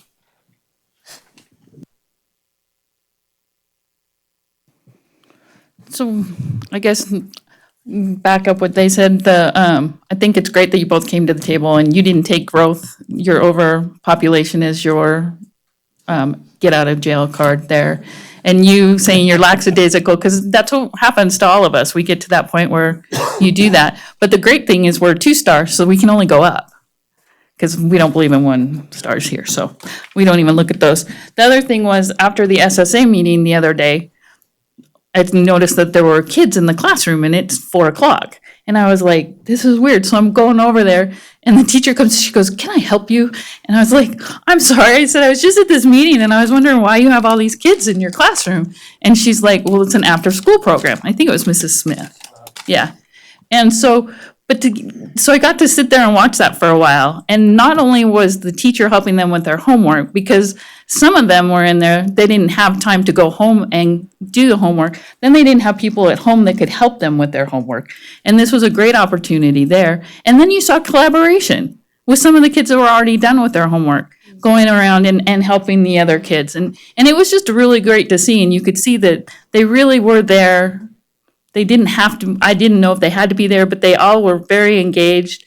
And the teacher was just great. She was going around and very protective. She really, she was right on me. So we're excited. And I think, like we said, there's only one way to go, and that's up. So we're looking forward to seeing these great plans that you guys have in fruition. And we'll see you back next year with 3 or 4 stars, or 5. Definitely. There's always 5. But thank you guys for your time. We appreciate you coming in and presenting to us tonight. thank you very much. We appreciate your support, and we'll kick some booty, that's for sure. We've got this. We've got this. Any others? Okay. We will move on to number 9, progress update on 2018-2019 school performance plans related to the Nevada School Performance Framework for Pioneer High School. Mrs. Fouchon and Mr. Zona. And Mr. Lewis, if you want to.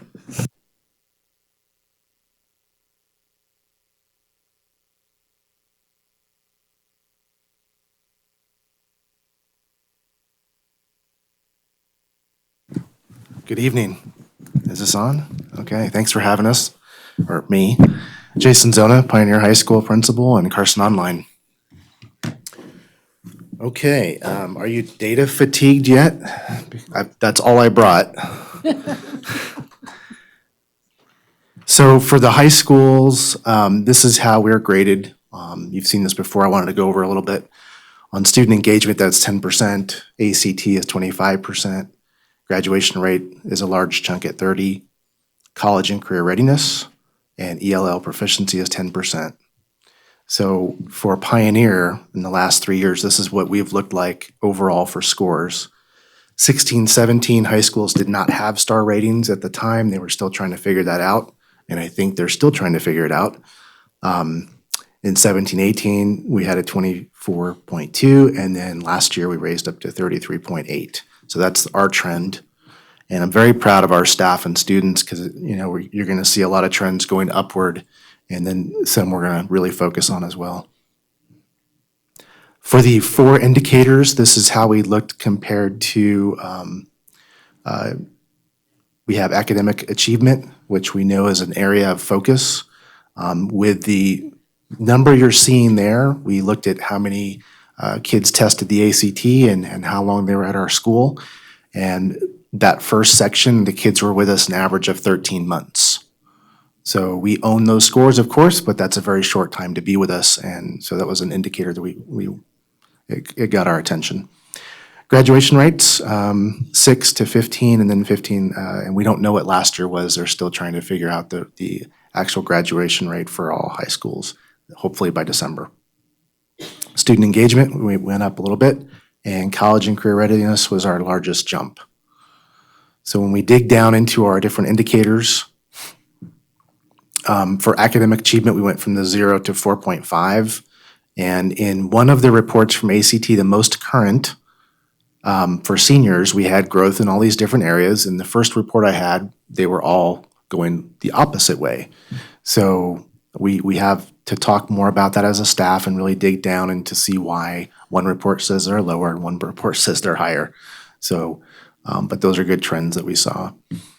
On graduation rate, this gives you a little bit of history. In 2011 and 2012, we were at 29.4%. This is also a really good, I would say, long-term view of Pioneer High School and choice.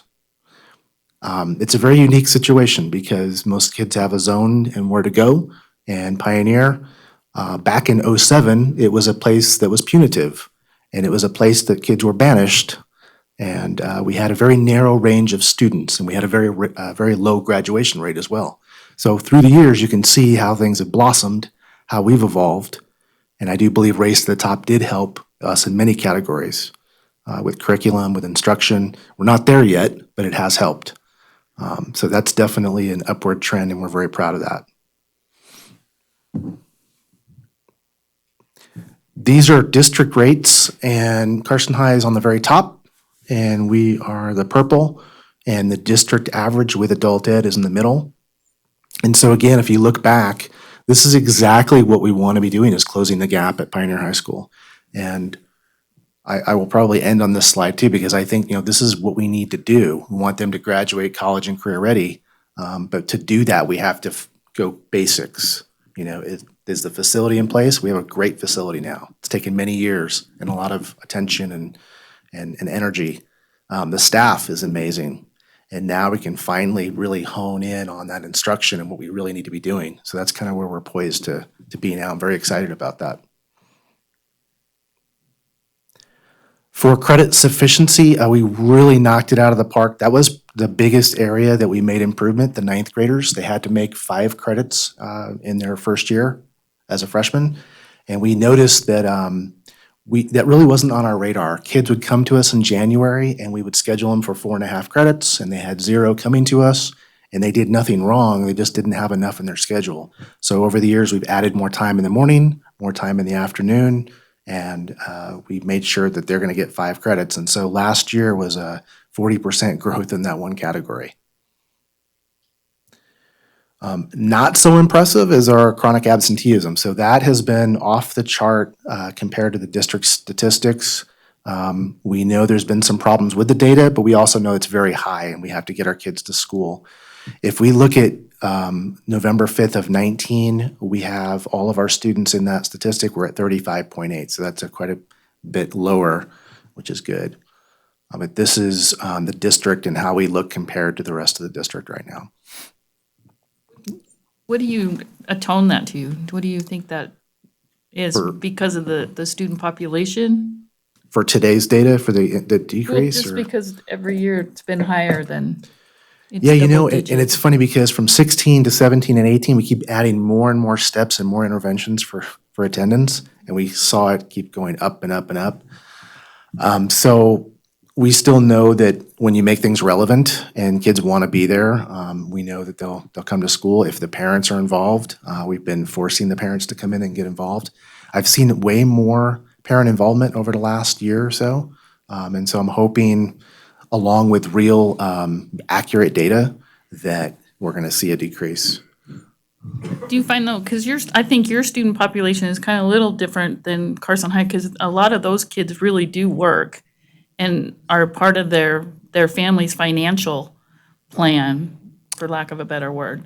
So I think that your student population is a little different than Carson High in that term, or they have to stay home and take care of the kids and stuff. I would say traditionally, a few years ago, that would be more true, where a lot of kids are working, taking care of siblings, and we have a whole range of kids now. Some just are not motivated, some who are going to work. But I think we really, if we have a kid who's watching siblings, we will go to make that home visit and utilize our social worker and attendance. So for us, that if the trend of 1920 is correct, we want to at least have 16% reduction so we can at least score on that section. And that's the basic thing. To get kids in the classroom, they're going to do better if they're in school more often. On the climate survey, this has always been a really high point at Pioneer for the last 4 years. I mean, ever since it's come out, and we look really good compared to the district average and the state average. The one area that we did not do as well, and it's not a surprise, is the social and emotional competence. And that area talks about how kids believe in themselves, what they want to do when they graduate, do they finish what they start. And so that's an area that absolutely we struggle with for motivation, and that's something we're looking at closely. But as far as emotional safety and physical safety, they rate themselves higher than the district in the last several years. So that's the place you start. And then the staff is very important, facility, and then now you can do an instruction. So this looks really good. So the area we did the most growth was the college and career readiness. And we simply added another dual credit class halfway through the year. And we saw a lot of success with kids doing work with WNC. When other kids are in advisory, they're getting dual high school credit. And that's an area that we're being graded on, and we didn't have a lot of it in place. We're also graded on AP courses. We're an alternative school. We had that in online. We didn't have it in a classroom. So we've added, or we're trying to add art now. So there's certain things we can add to this curriculum that will benefit kids and, a win-win for the star rating.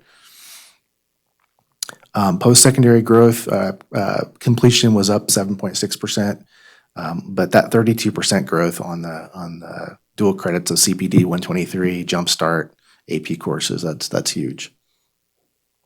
For the last couple of years, you can see the types of diplomas that we will graduate students with. Most of them are standard diplomas.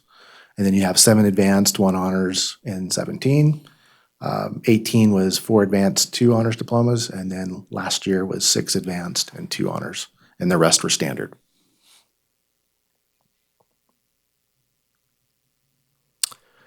So part of that graduation rate is due to Carson Online and our ability to offer kids credits and get caught up and add to their schedule. That's a district-wide statistic in the purple. 1,100 kids were served district-wide with Carson Online courses. If you look at all the schools and their progress, the purple is Pioneer. 85% passing rate when they were doing online work for Pioneer. And on campus, they did even better if they were in a classroom and we made sure they were working. They had 87.1. And in the summer, they did really well, 92%. But if you look down to how many courses were completed, it's just amazing how I don't know what we would do without having this as a help for our students. And all the way across the board, I mean, kids are graduating. The fear a long time ago when we started this, I think it was 2009, was, are we going to lose teaching jobs? Well, we've added jobs to this, and more kids have graduated, and they can fit more in their schedule. I know Tasha has also knows that for the last couple of years. So next step for us, next steps, identifying, where is the need based on the flags of the star rating, who do we really need to focus on? For us, it's getting kids to school. That's definitely still a major challenge. Continuing that safe and learning environment for all of our staff and students, including parents, making sure they're a part of the solution, and really focusing on the quality instruction. And as we raise the rigor and we offer AP courses, we need something to support that. And that's where Avid has come in, and it helps our kids play school and how to get organized, how to take notes. It's something I never learned to do going through, to my master's degree, never learned how to take notes. And so I'm learning with the kids. It's amazing. Utilizing JAG for interests and careers, and CTE has to keep on going. CTE is really hard at a small school, but it's a chance for students to compete at a state level. And that shows other kids what we want them to do. Project Discovery, we've been with them for 15 years at least on working with groups. And then, of course, a Jumpstart, AP, and Project Lead the Way is brand new. And working together as a team is just critical at a place like ours. The staff is, like I said, amazing. A lot of work with the staff over the years, and they know that we can't do it all by ourselves. So, back to my favorite slide. That really, it shows you, and it's not just Pioneer, this is a systemic success for Carson City School District, because it took the elementaries and it took the middle schools doing what they were doing when they come to us year after year for that to go up. And it's not just Pioneer. It's Carson High, Eagle Valley, Carson Middle, all the elementaries. Things are working. So yeah, there's waves and dips and adjustments you have to make, but that's a really good sign. Do y'all have any questions on that, or? I'll leave that one up. Oh, yeah. No, go ahead. Joe, go ahead. No, I really think that's a good slide to leave up, because in the end, and we're trying to do a lot of things, but the fact that we've really got our graduation rates up from 29% to, the 80-90% range is phenomenal. I mean, that's what we're trying to do. I mean, like you said, we've got Pioneer's an interesting place. We have a huge variety of students. We have some that are there for, whatever reasons they have. And we have the kids that are just struggling, and this might be a last effort for them to graduate. Then we have others that, due to life circumstances or learning styles or whatever, are coming here. And so you've got this range of probably incredibly low motivated students to incredibly high motivated students. That is probably a larger range than, say, a traditional high school might have. And what you guys are doing there is fantastic. And I think it's really a place for these kids to go and get a quality education. And so I commend you and all your staff for that. Thank you. I've known several kids that have gone through there, all good kids, no major issues, but school wasn't necessarily their top priority. And hadn't it not been for, Pioneer High School, they probably would have left and just figured it out. And if we were lucky, went back 10 years later and maybe got a GED. And so instead, they stayed, they finished, many got scholarships, and they went on to do whatever it was they were going to do. But it really provided them a fantastic path to get where they were trying to go. You know, and I think the chronic, like we saw with the middle schools, the chronic absenteeism it's always a challenge. And when you have students that I think like you said, Stacy, their home factors are different. They're in some cases active participants in their family's financial endeavors. You know, sometimes that call, gee, do I work an extra 4 hours or do I go to school? Well, guess what? My little brother needs to eat. You know, so I mean, that's a hard place to be in.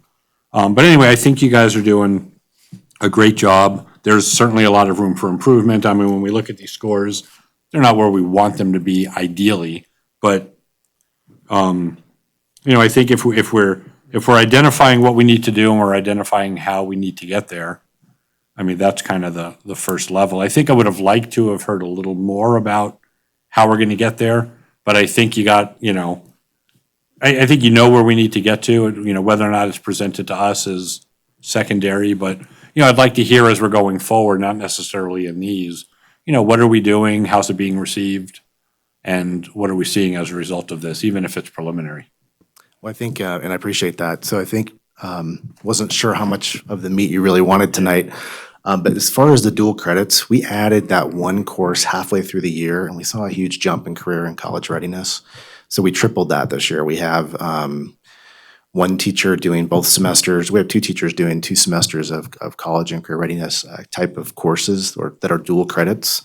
So that's an easy fix in the master schedule. The art, AP art, took a teacher to go in the summer and get trained and then come back and bring that to us. And now we need the kids to sign up. And so those are things that are going to take time. So those are the things behind the scenes that are happening.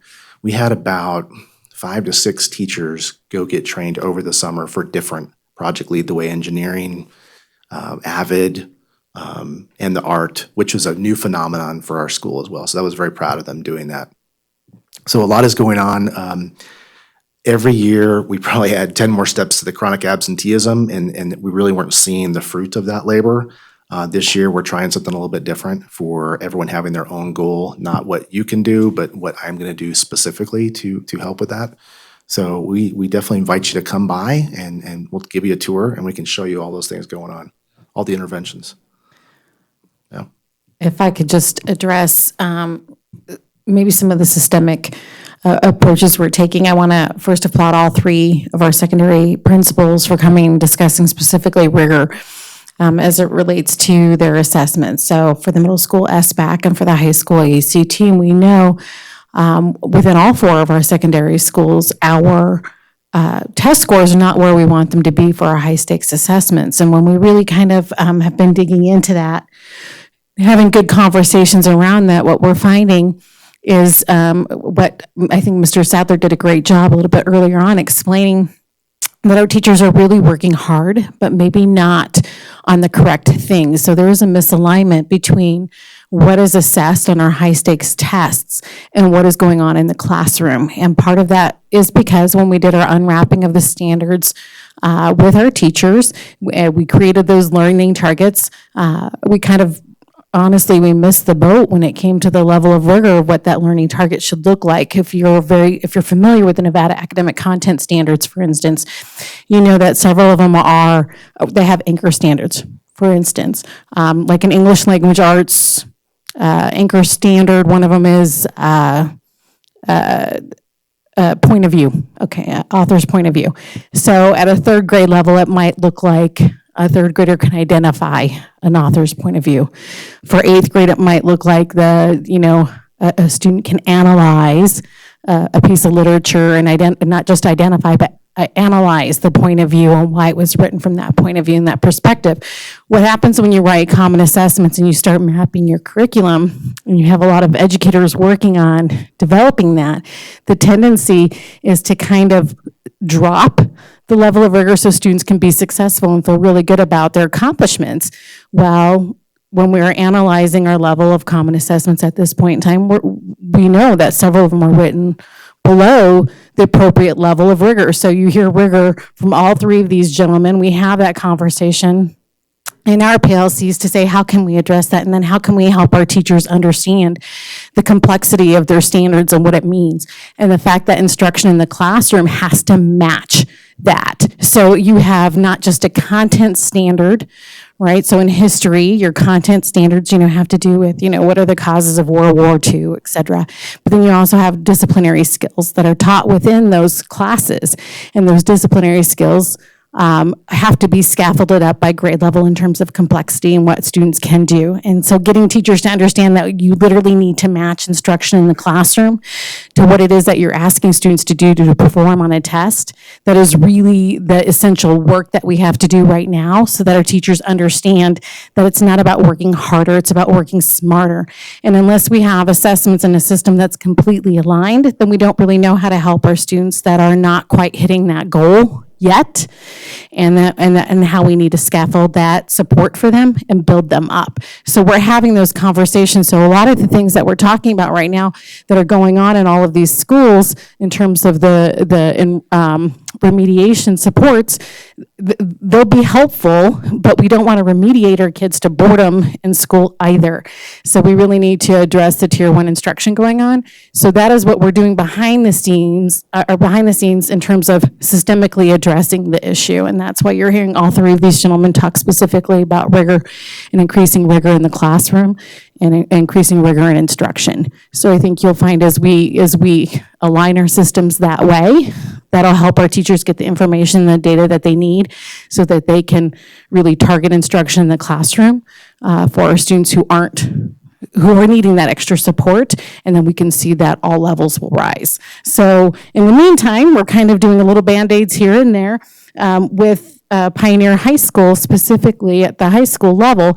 There's a lot more indicators. The Nevada School Performance Framework is much more complex, if you will, at the high school level. A lot more moving parts, and that becomes a real challenge for a smaller school like Pioneer. So as Jason stated, some of the stuff that he's looking at doing, and I think it's a great idea, is really focusing on how can you bring in and increase the Jumpstart program, how can you increase AP. To give you an example, a student who is in a Jumpstart program, Jumpstart's an amazing thing, but on our Nevada School Performance Framework, a student has to take 4 classes per semester and pass those classes to be considered a completer, or has to take 2 classes per semester to be considered a participator.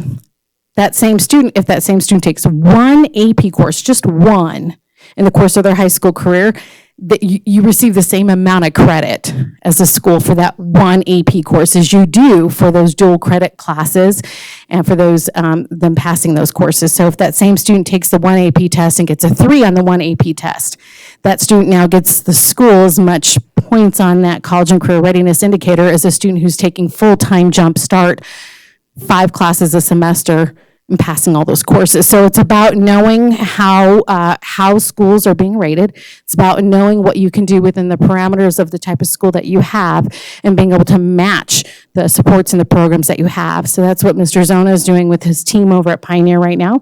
And they're being very strategic about that and looking forward to ways that they can help bring those opportunities to those kids and then actually have it also help support and push them forward. So for Mr. Zona and his team, I think moving from that 1 star, which put him as a CSI school last year, which is a comprehensive support school, technically their school this year made their indicators and would have come off that list, but you're on the list for 3 years. You have to make that improvement 2 years in a row.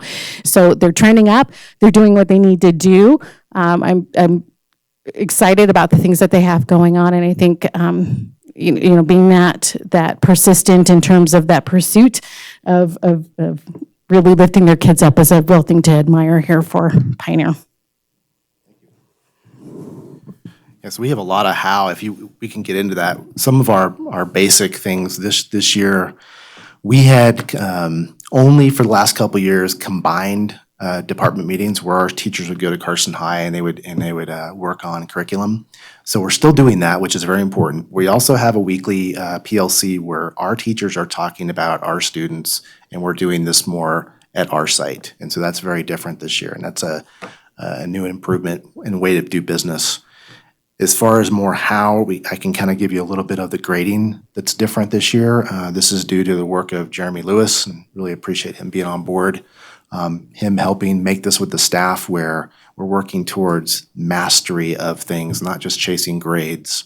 And so the whole grading is very different this year. And so once we go through that, we'll have more to report, and hopefully others will follow. So there's a lot of different how we can get into, and I'm excited to talk about that. JAG, there was a slide you have on JAG. That's not counted in our star rating, but these kids are tracked a year after they graduate. It shows you where they go, what businesses they're getting into. It's a phenomenal thing. And that's the kind of other thing going on behind the scenes that it just doesn't get reflected in the star rating. But we're very proud of those students. In the JAG slide, it showed 100% of our kids who were in JAG were graduating who were in JAG for the last 2 years. And it started off much lower than that. So this is something that helps them see what they can do after graduation. They do interview skills, resumes, job shadowing, and so on. Any other questions? No, I'd just like to make a comment. I know that a lot of our star ratings, everything is based on testing naturally. But, the kids are pretty stressed too. Teachers are stressed, the kids are stressed on these testing. I give you an example. This afternoon, I picked up my granddaughter. She came out and she was in tears. And it took me about 10 or 15 minutes to get her to talk about what was wrong. I thought maybe one of her friends said something, middle school, how they are in 6th grade. But she was in tears because she didn't do well on a test. And so I'm just wondering, we got to be careful about not putting excessive stress on the kids too, because it affects them. Well, it's no secret that you're one of my favorite schools, because I think, especially if you look at your favorite graph, those aren't just percentages, those are kids. Those kids are graduating with a diploma. And that, to me, we could have lost those. I look at that every year when we're on the stage and there's 55 kids there, and I look at them and say, how many of these wouldn't have made it? And especially some of those kids' stories. I mean, one was homeless, and she got the Millennium and other things. And I think it's one of the best kept secrets we have. And I wish it wasn't a secret, that how good Pioneer is with you. And especially for those kids that need smaller class sizes and more individual attention. And the things that you guys have been doing, I think, is just great. And talking to Julie, we've had kids come from Washoe now for our online program. They've stopped doing the Wolf and they're coming to Carson. So the numbers are growing, and I think you guys are doing a great job. And the staff is just great. Everybody's just pitching in, and the new facilities are great, and your office staff is awesome. So I'm really happy. I just wish we could get more people to get there and see what a great program it is. Well, I think that's definitely a key. We need more students, but I think they come to us because it is smaller, and some kids do better in a smaller environment, smaller class size. And so really, what is that capacity is the question. The way we're set up right now, we could probably use 30 to 40 kids in seat, and it wouldn't, based on who we have in place. So then the question is, who are those students, and who can we support? And if we radically change that formula, what happens? So we've seen what happened in 2007 and before with a punitive model with Opportunity School. We saw a very narrow range of students being forced to Pioneer High School, and that worked for some kids. We've also seen over the years a graduation of 12 students turn into 48, 50 plus. And we have kids who are competing at the state level, kids doing CTE, kids who are moving on into JAG. It's phenomenal. So I'm very proud of them. So it's something to think about when we talk about, my favorite line is, what are we going to do with Pioneer High School? Well, that needs to change over the years, and we need to adjust to our kids. But in the meantime, while we're trying to figure out what to do with Pioneer, we're graduating students. And we're going to keep improving and working harder at it and doing what's right for kids. So And the other thing is, when you had the graduation thing up, we went from 80 for 4 years, but then the 5-year even went up. And I think that says something about you guys sticking to it to make sure that the kids are graduating, even if it takes 5 years. So, anything else? Well, thank you so much for your time and coming to present to us. We really appreciate it. Thank Keep you up for the good having me. work. Thanks.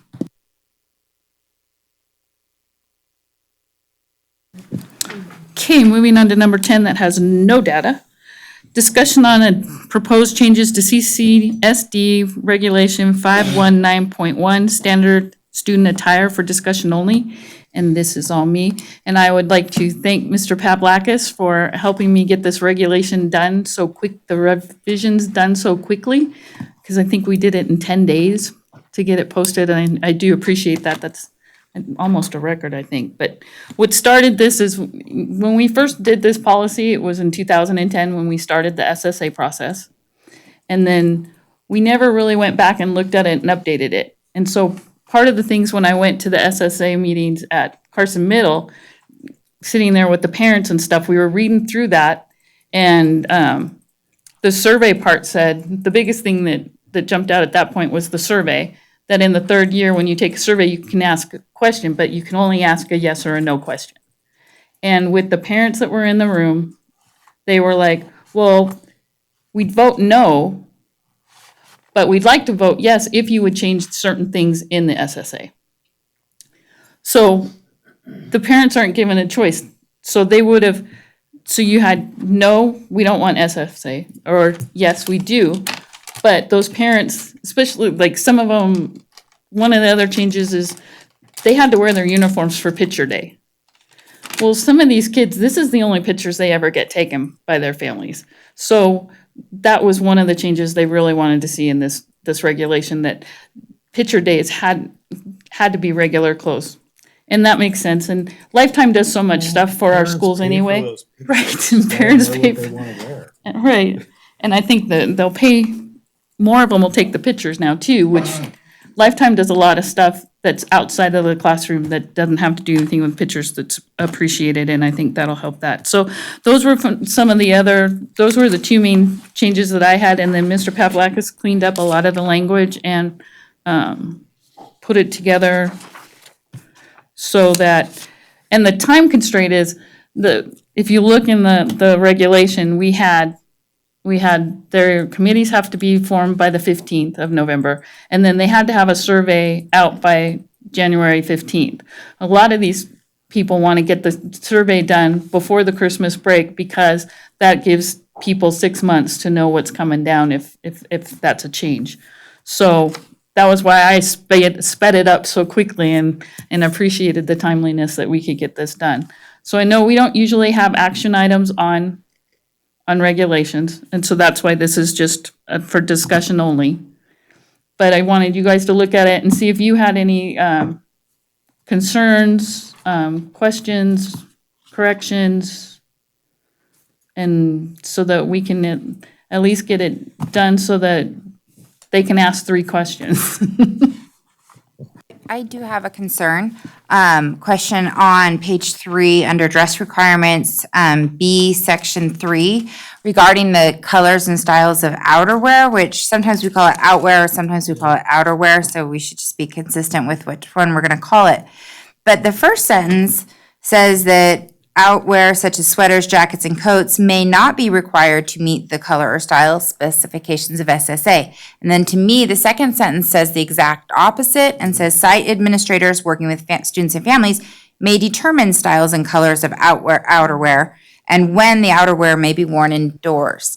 And I hesitate to include outerwear in what the standard student attire is, just because sometimes it's hard to find appropriate outerwear that would match those specific colors or styles.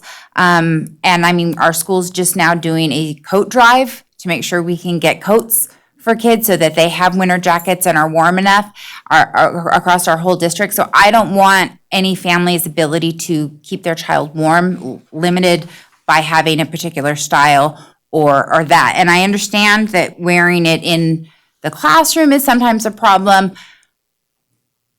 and I understand you don't want the big giant coats on, that they don't necessarily need it, but everyone's temperature in a room varies.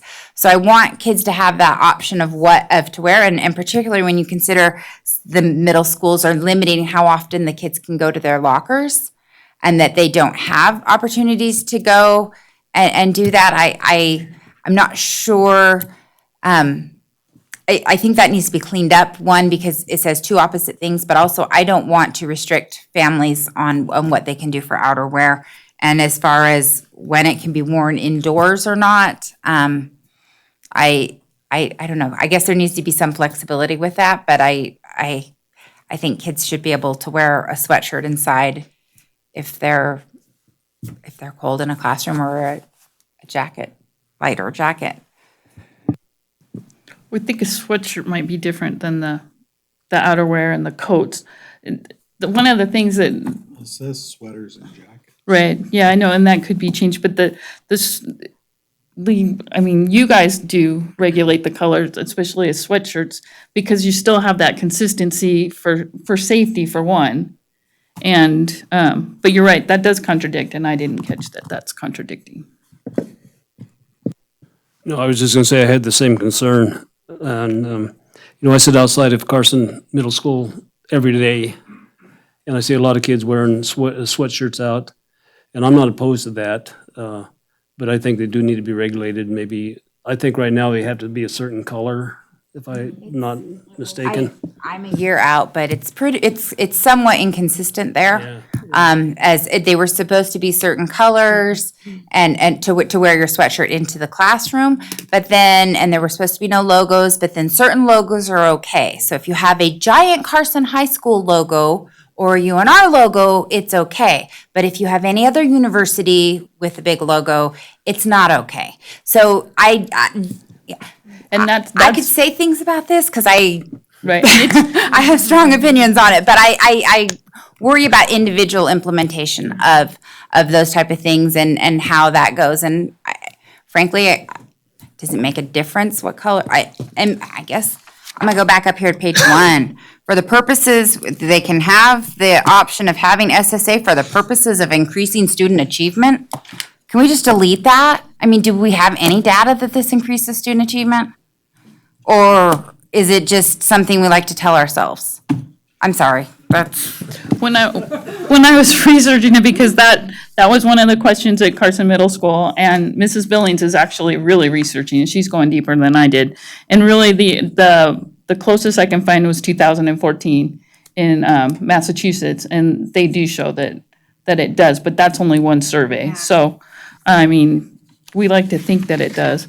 But I think one of the things that both middle schools are doing by going through their SSA process right now is they are tightening up and getting clearer about what's expected and what can be and what can't be. And the logo thing, Eagle Valley's looking at, people are having trouble finding polo shirts that don't have logos on them. So they're gonna make that, so they're trying to get it so that there's a consistency there. There's not gonna be anything big, but like a quarter, or they're gonna come up with exact sizes that could be.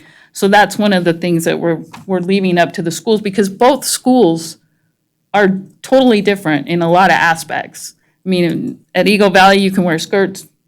Carson Middle School, you can't. You can't wear jeans at Eagle Valley, but you can at Carson Middle. And that's where we have to let the sites decide, those committees decide, because it's their school. Mike, do you have anything to include on that sentence anyway?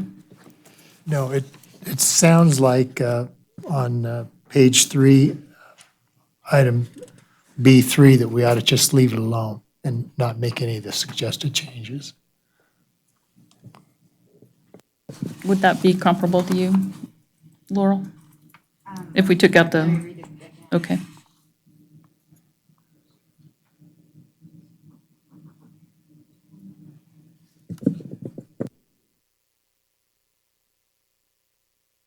Oh, sorry, I need to turn my mic on. I think it would be okay if we took away the changes and then just, do we want to call it outwear or outerwear? Outerwear. Okay, so then I'd recommend those changes and then just do a stat on all of them.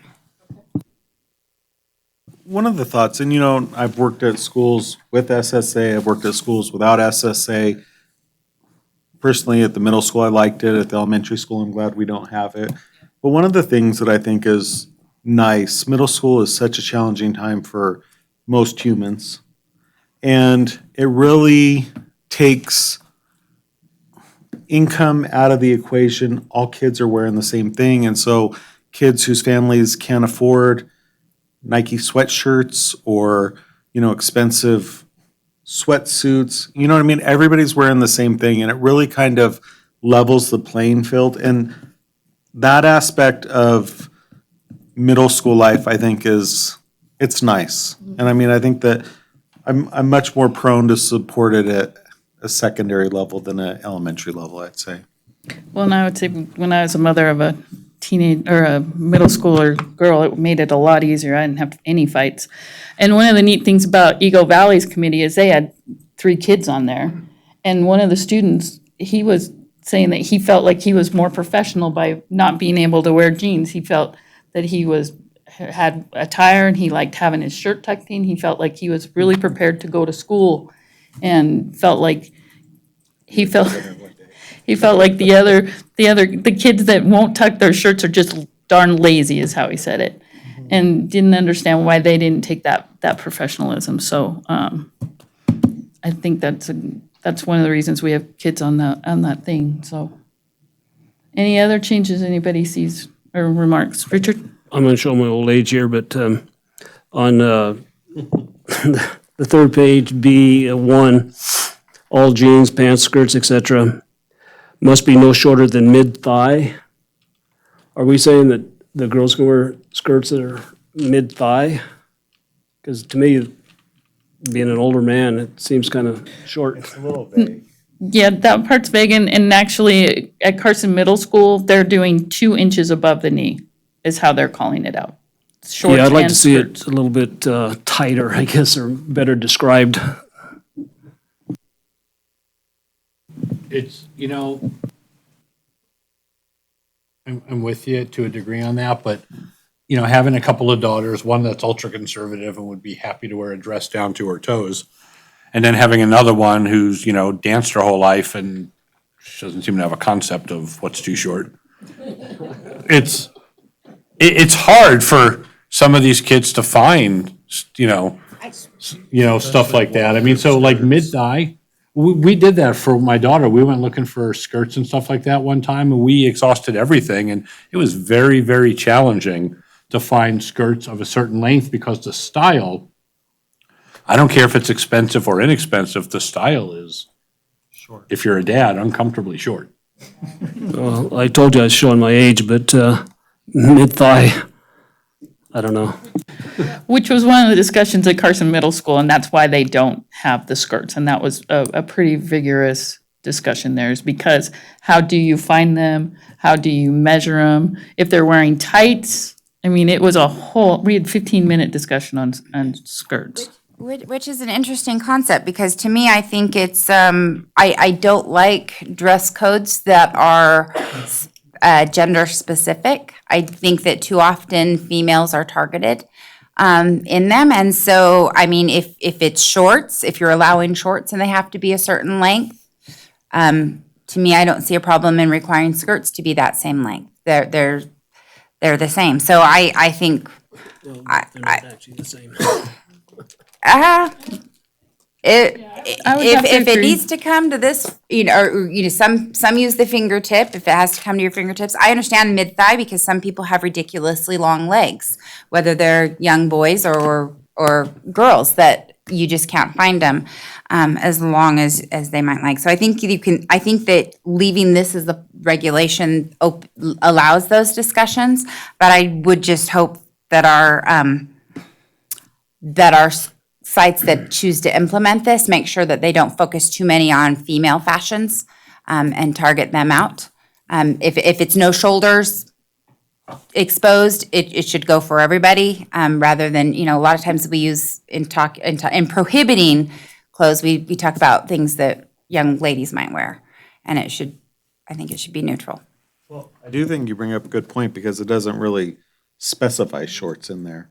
And so I mean, I think it's true. I mean, if a girl came to school in volleyball shorts, I'm sure she'd end up in Mr. Conley's office. And so I think shorts probably needs to be added in there also with, because there's some real short shorts nowadays as well. Cross-country team, huh? Yeah.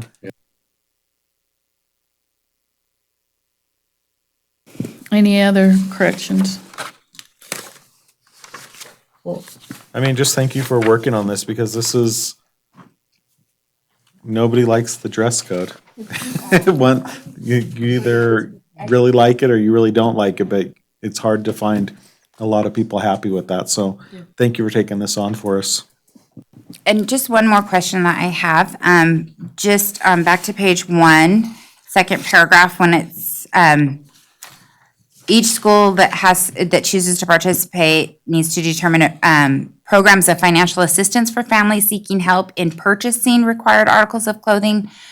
Sometimes the schools help supply this. I know they have quite a collection of old things, but is this wording going to require we help to pay for it, 'cause in changing that wording, and because we're changing it to help in purchasing rather than providing, acquiring. Yeah, that's a good catch. Thank you.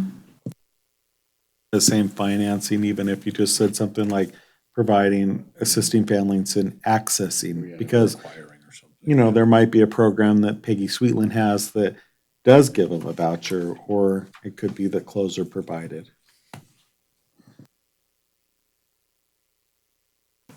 Okay. For the record, I'm totally okay with dress codes. I think dress codes in that you wear things that are appropriate. As far as like having a collar or not having a collar, or having a specific color, that to me is what prohibits. I think families, I'm totally in support of dress codes, which are different than standard student attire. The thing about the colors, though, is that if you're walking down the hall, you know right away that that kid doesn't belong here because he's not wearing the white or the red or the blue. But, yeah, I mean, and this is starting to get off topic, but at the same time, if I didn't belong there and I wanted to blend in, I know exactly how to do it. Yeah. Right. That's a good point. And then how do you identify who did what? They're in the red shirt. Okay. Everybody else.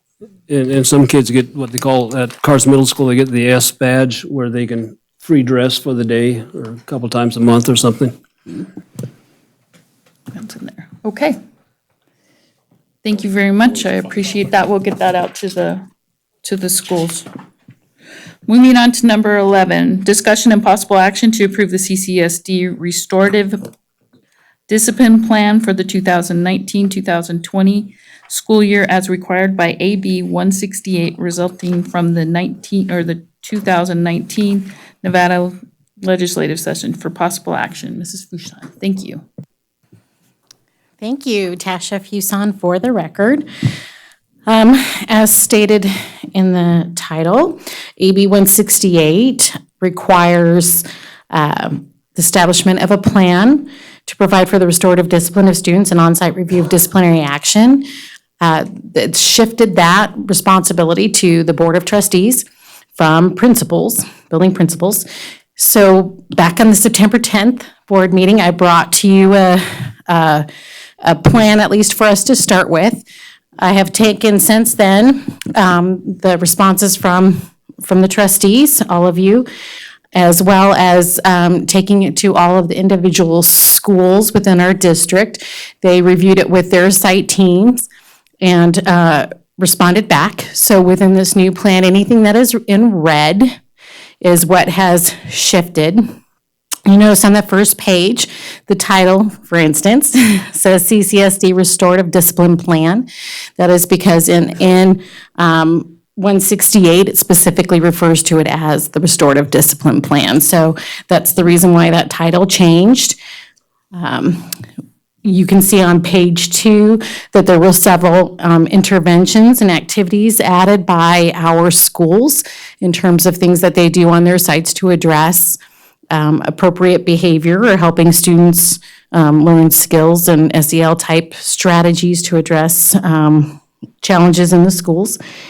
And I think just a few other things here and there were added, like on page, I don't know, actually I should have page nated this, but I think it would be page 3, under administrative interventions, implementation of a plan of action based on restorative justice for the student was added in there. So a lot of the verbiage that you see in this was added specifically because it was in AB 168.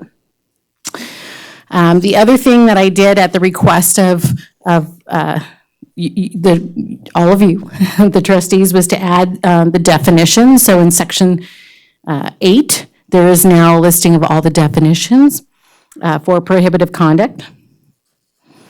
And then I also resequenced it, and I took the name. So in section 9, previously when I brought that to our board meeting, I had all the list of names at the front. I just moved those to the back as a reference point to which employees and families within our district had the opportunity to review it and weigh in. So I just thought it was less distracting, I guess, at the back, since it wasn't really the meat of the plan itself. So that's why it's in that back area.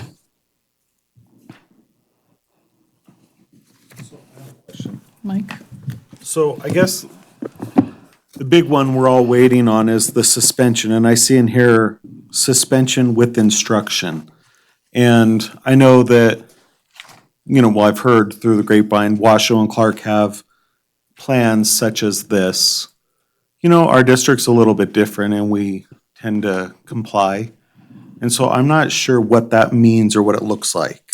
So suspension with instruction is if we remove a student from school, what typically would have been an out-of-school suspension. The difference is we are providing that student with equivalent to 1 hour of direct instruction, one-on-one teacher time per day that they're out. You're correct. That's actually from Clark County. They've been using that plan for over a decade now. And in that way, they ensure that their students who are out on suspension, and that is what we're looking to do here, receive direct instruction. So it's a similar plan to what you do with a student who's on home hospital in terms of providing them direct instruction. So the instruction continues, the suspension with instruction teacher would request, the missing homework or missing work for the student, and then make arrangements with the family to either meet with the student at the school after school hours, or at the library, or a mutually agreed upon location. And that student would have direct one-on-one access to that teacher, like I said, for equivalent to 1 hour per day that they're out. That allows us to, again, have suspension still on the table for use in extreme situations, but still provide continuity of educational services to the student. So suspension with instruction is specifically utilized with students who are served on IEPs and the services provided by a special ed teacher, or in very specific circumstances when approved by Mr. Stokes for an elementary student who might have a cause to need to be removed from the educational environment for a short period of time. Have we gotten anything from the Attorney General saying that this was in compliance with the law? Because from everything I've heard and been through, I think this is a gray area, which I'm not sure we want to enter into. Thank you, Mr. Walker. We have received some detail, not from the Attorney General, but from the Department of Education. We've had conversations with our alike job holders, I guess, in different school districts. There seems to be some gray area. One of the things that we've tried to do is we've tried to take out of the whole suspension discussion, except in cases that are required by law that seems to be more black and white. The board, for example, if you were to ask your alike partner down in Clark County whether or not they'd be able to function for every suspension that happens in Clark County, they'd say, no, how can we do that? So how can that law be different for Clark County than it is in Carson City? So we're trying to walk between that concept of what it appears that the law is saying to what people are actually practicing and what they're doing. And we've had the benefit in webinars to have listened to the individual that was actually part of the writing of the law and what the intent of those people were. It's still a little bit confusing. So we're trying to position ourselves so that we are following the spirit of the law, the intent of the law. We're combining that with what we've learned from other places, and we're trying to make some sense out of this thing. So we have given instruction to our principals to use good judgment. I mean, there are a few things that are cut and dried. No 11-year-old suspensions. I mean, that's you can't be 11 years old or less and be suspended from school. But there's a lot of other things that we can do. And I think that's really some of the power of this particular bill, and that's figuring out how to use those restorative practices to teach lessons. But I'm not saying that there will never be a time when we don't suspend kids, but we are trying to mitigate some of that, which also translates into chronic absenteeism by us managing some of these things. But I expect there will still be more on this topic as next legislative session comes into view. And I think so. And I don't necessarily, I'm not anti-suspension, but I think that when you look at educational news in Nevada, I think that one of the things we see repeatedly is Clark and Washoe kind of bucking, the snow days, or there's a number of issues. And one of the things that I think we enjoy as this school board is that we're usually the model of following the law and the regulation and being the model for others that it can be done. And I would much rather stay in that position than join in a area that we could be getting sued with Clark County, and we don't have the resources that they might have to support that. So one thing I'd like to point out is that the practice I think you're referring to in Washoe County in particular for their digital days, the big issue with that is that it was not a one-on-one interaction with a teacher. They were saying to students, you can sign on to Google Classroom at home. You can have access to support or education online, but they're not a one-to-one district, so not all of their students have devices at home, nor was there any assurances that those students would do it at home. So that was part of the contention. When it comes to this particular situation, we're talking about a teacher being assigned one-on-one to a student to give the one-on-one intervention or one-on-one instruction for an hour a day. Again, it's similar to it's actually the same pattern of practice that we have for homebound instruction. So So when we talked about this with like Ann Alexander, what was her take on this? Mrs. Alexander was very literal in her interpretation and said, if you want to be 100% sure, that's our recommendation, that you follow the response that she had written in responding to this particular item of legislation. we have received guidance documents from the Department of Education subsequently since Mrs. Alexander was involved in our discussions in our district. It was made apparent in the guidance documents that we received from the state that specifically when it came to the changes in AB 168, it has to do with the area of what they used to consider the big four. So battery to an employee with injury, sale or distribution of drugs, habitual discipline, and a dangerous weapon. So my understanding in the conversations that I've been on with the Department of Education and representatives from the other 17 or the other 16, districts in our state is that when it's codified, the law, it will specifically make those changes to that part of NRS. So the only piece that we have in here that is the suspension with instruction that isn't necessarily spelled out in that law. And again, at this point in time, we're suggesting that simply because It is in accordance with practices that we currently have in place with home hospital, and also something that Clark County has been doing, like I said, for over a decade. So it's not a new practice to Clark County School District. They've been doing it. They're still reported as suspensions. We still report that to the state. It's just a matter of providing support. The other piece is Dr. Lennox from Student Support Services has worked closely with each individual site to come up with intervention practices that are done at each individual site prior to a student potentially even being suspended with instruction. And part of that is having a convening of the IEP team to discuss the student's needs and discuss whether or not that's an appropriate course of action. So it's not that, the site administrator can say, oh, I'm going to put you out with instruction for, and that's it. There you go. There's a lot of other layers that come into place before that could be utilized. And just with respect, I know you guys put a lot of work into this, but my recommendation is that we follow the legal advice of Ann Alexander. That's what I'm comfortable with until this is squared out. And I mean, we don't know what they are or they aren't going to do. And the Department of Ed's guidance could be a moot point once the legislature comes back in session. I think that we have to stick to the law is what I believe. So if you're saying that, then you want the suspensions to come through us?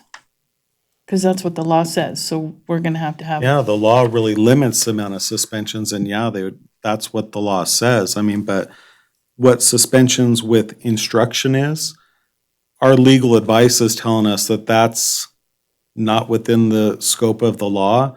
Just because Clark County's doing it, I'm not comfortable with us doing it. Does that make sense? I would like to make one correction to that. I've never had a conversation with Mrs. Alexander about suspension with instruction. So that piece did not come into any discussion that we had within our district until we had the conversations statewide with folks from other counties. So that's never been discussed with So, I mean, maybe Mrs. that Alexander. should have been discussed with her. I mean, we pay for that, so.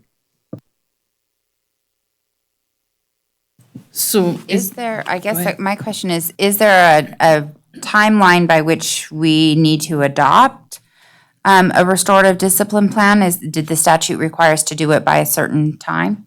It Or date? Yes, it does. It requires me to report to it on November 15th, but part of that reporting simply can be that you did not adopt a plan that was presented to you, and then it asks for a timeframe that we might get one in place. Is it possible just to strike that out of there? So then so instead of adopting suspension with instruction, we just take that part out of it. what, Mr. Stokes? Well, if I could just add a thought here. Suspension with instruction is better than suspension without instruction, I would argue. So why wouldn't we, if it's already being done without penalty, why wouldn't we consider that here? And isn't that what Carson Middle School said they were doing? They have a room now that people go to for their suspensions, or is that, So that's in school? One portion of suspension with instruction could be suspension in-house where instruction continues. So I guess, I don't want to split too many hairs here, but I think there's some value in considering this. One, the suspension with instruction doesn't count against our school's chronic absenteeism, which is a factor in school rankings. And so I would hate to just, discount that idea, which is, maybe not a bad idea. And certainly maybe, even as we heard Mr. Sadler say, students don't want to be here for suspension with instruction, whereas suspension without instruction to go home and maybe do as they wish might be more, of more interest to the students. So I don't think of it as being a negative. I think there's other ambiguous language in the bill that is certainly there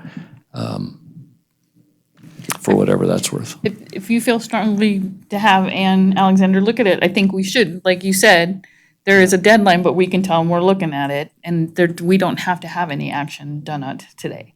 So we can just instruct staff to go ask council and then come back at the next meeting.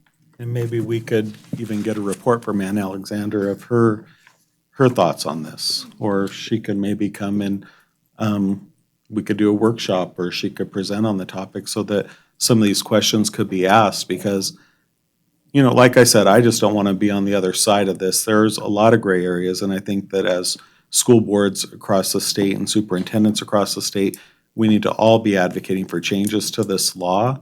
But the fact is, this is the law they passed, and this is what we're required to be following. And I don't want to be seen as somebody who's stepping around the law.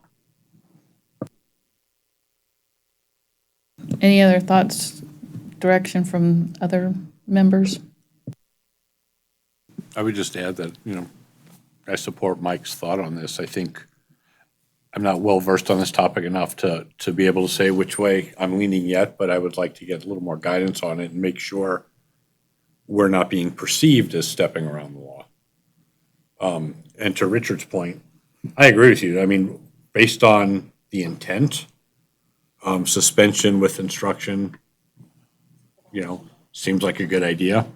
But if it can be perceived as, you know, sidestepping something, I'd at least want some clarification. So I'm a little more clear on what makes the most sense. So if it doesn't put you in a bad spot, I think your report back is we considered it and we've tabled it pending legal advice, if you will. It doesn't put me in a bad spot. I simply report that you did not pass it and that I've requested further information. Does everybody feel good about that, Laurel? You okay with that? Okay.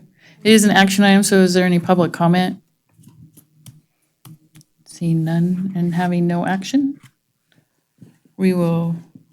Do you want to have an action where you request a? So I move that we a table work- this until we have further information and guidance from Ann Alexander.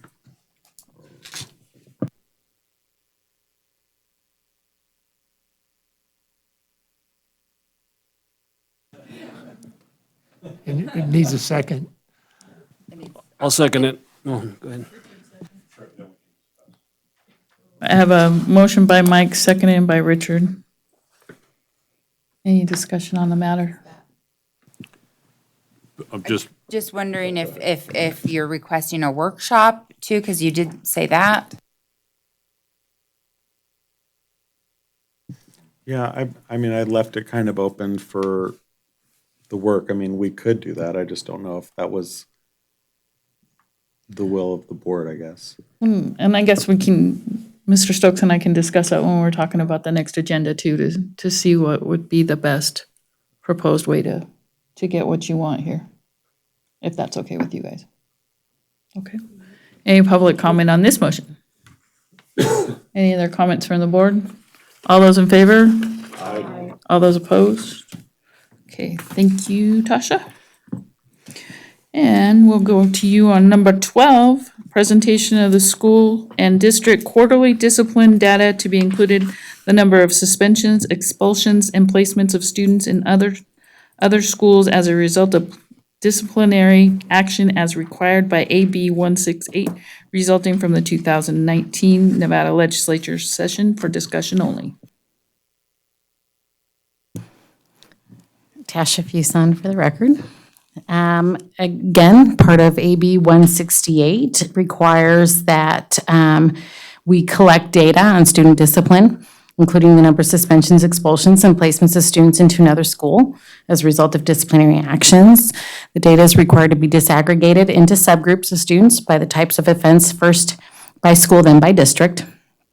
The principal, according to that bill, is required to review the data, take appropriate action. It doesn't spell out what that means, but it says must take appropriate action, and that the data must be reported to the Board of Trustees each quarter. So included in your packet is the data for the first quarter to date. This is put in a format that was requested by the Department of Education. what I would like to point out to you is that you cannot vertically add up these numbers and expect that that is the actual number of suspensions, et cetera, because we have students that might count for 4 different subgroups. So please keep that in mind when you're reviewing it. The first one, figure 1, is the discipline summary for bullying. If the schools do not show up on the list, then that means that they didn't have any reports for bullying this first quarter. So that's why there's not all 10 schools on there. Figure 2 has the discipline summary for cyberbullying. At this point in time, we've only had cyberbullying cases reported for Carson Middle and EVMS.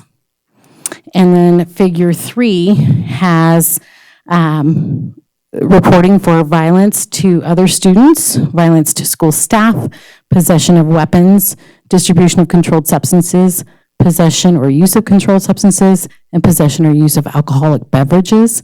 And the last column is being deemed habitual disciplinary problem. So those are not all the coding that we have in Infinite Campus, but those are the codes that we're required to report to the state on. Any questions?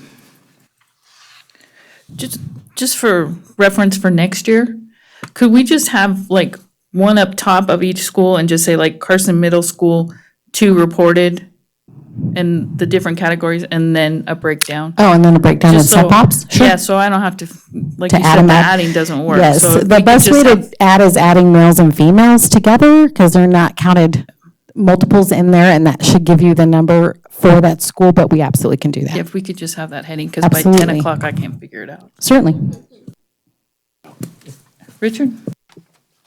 Just a curious question, on the possession of weapons charges, do you know what type of weapons, mainly knives, I would suppose, or was there any At this point in firearms? time, yes, I think one of them was brass knuckles at one of the schools, so it's NRS has a definition, what meets that. To my knowledge, they've all been either knives and, or like I said, a pair of brass knuckles at one of the schools.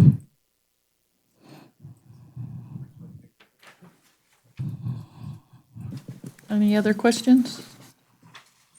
I wonder why we don't have any cyberbullying in high school. And interesting, they were both middle schools. And girls, yep. Okay, seeing none, thank you for bringing that to our attention.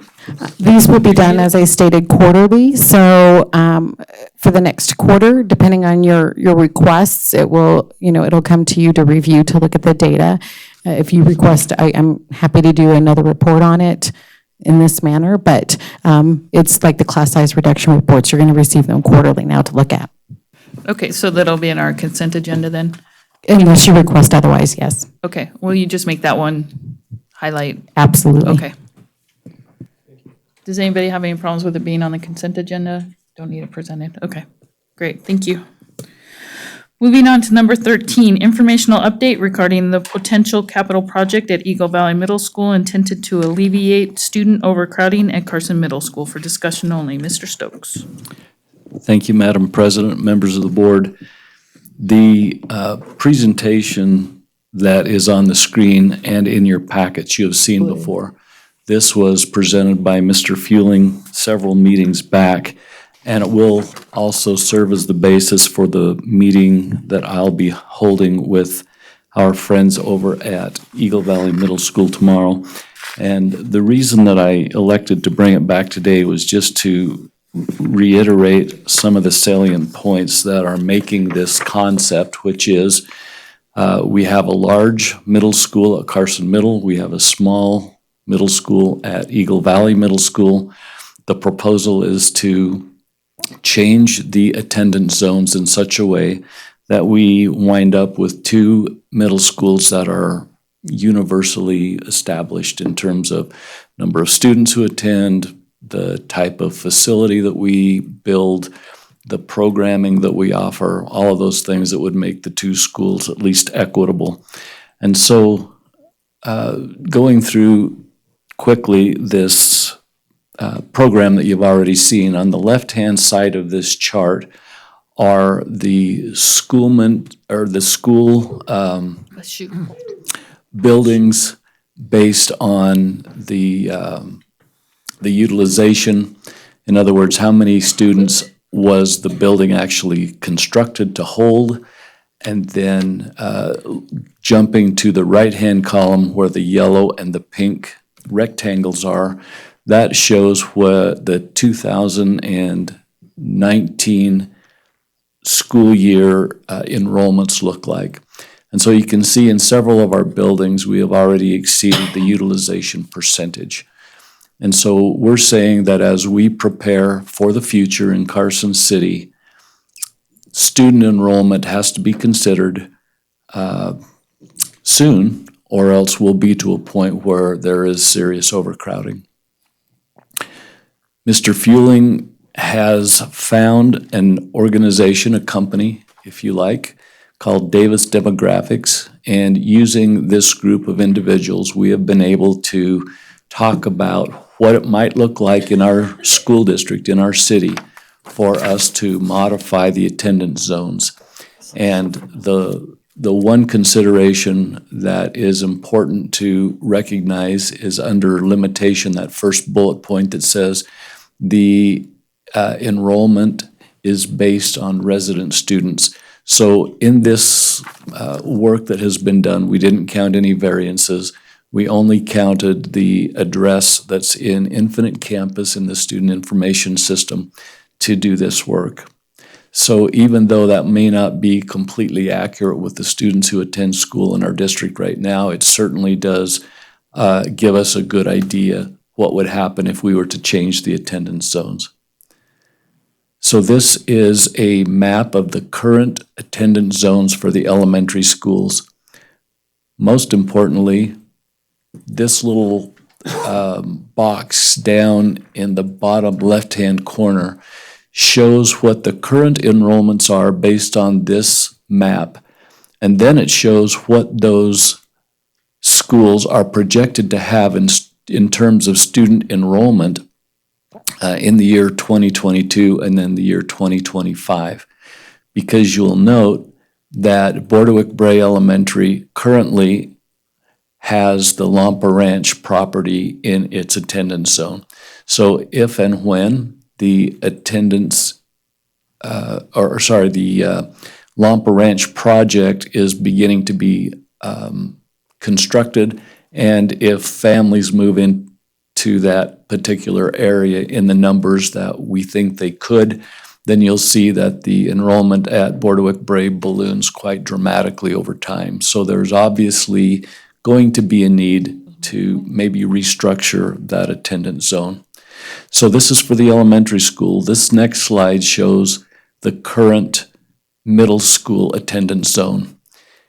And if you recall, several years ago, when we had 22 portable classrooms at Carson Middle School, and in, I believe, the 2008 bond, the decision was made to remove those portables and to put all of Carson Middle under one roof.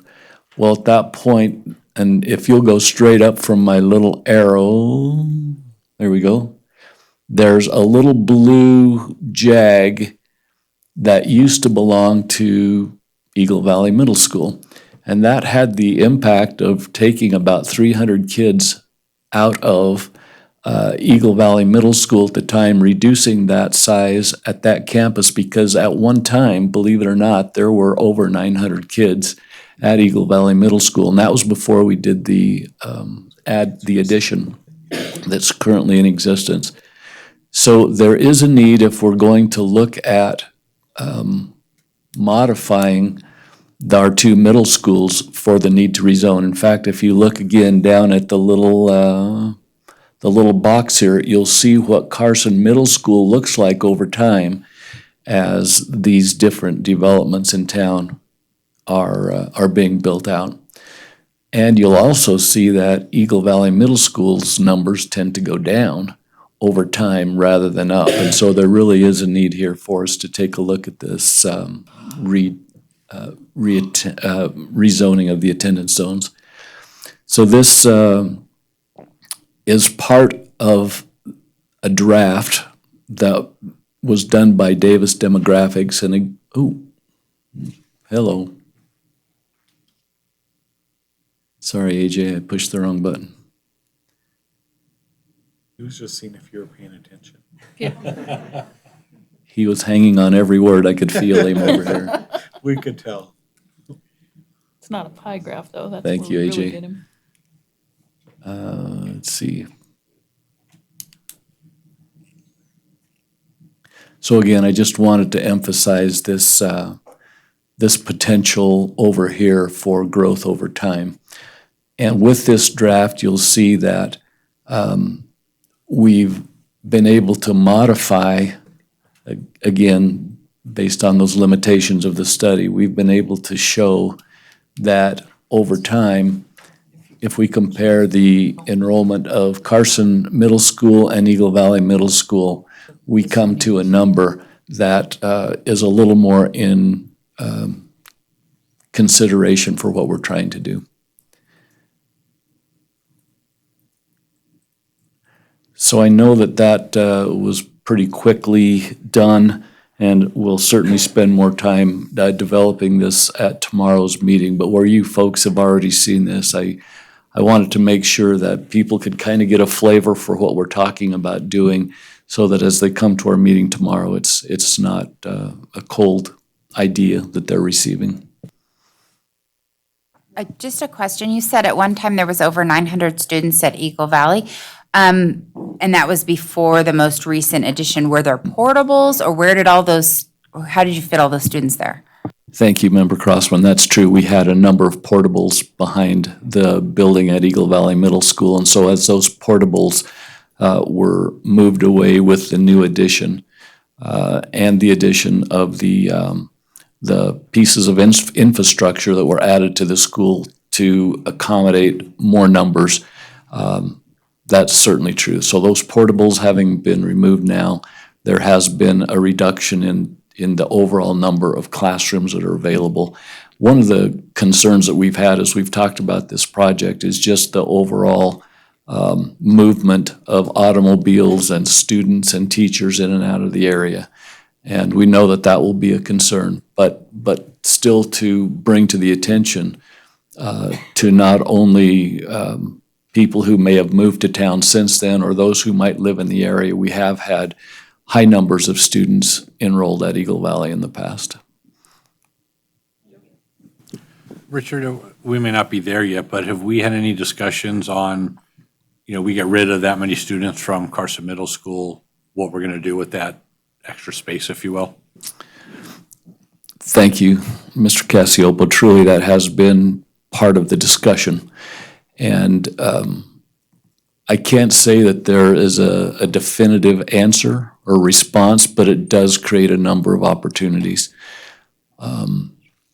As we continue to remove portables, as we have an aging school district office building, as we try to consider some of the other programs that we have, like pre-K. I mean, there's a variety of ways I think that we could consider using the current assets that we have in different ways to manage our affairs. But you're right, taking 300 students away from Carson Middle School would create vacancy space at that location.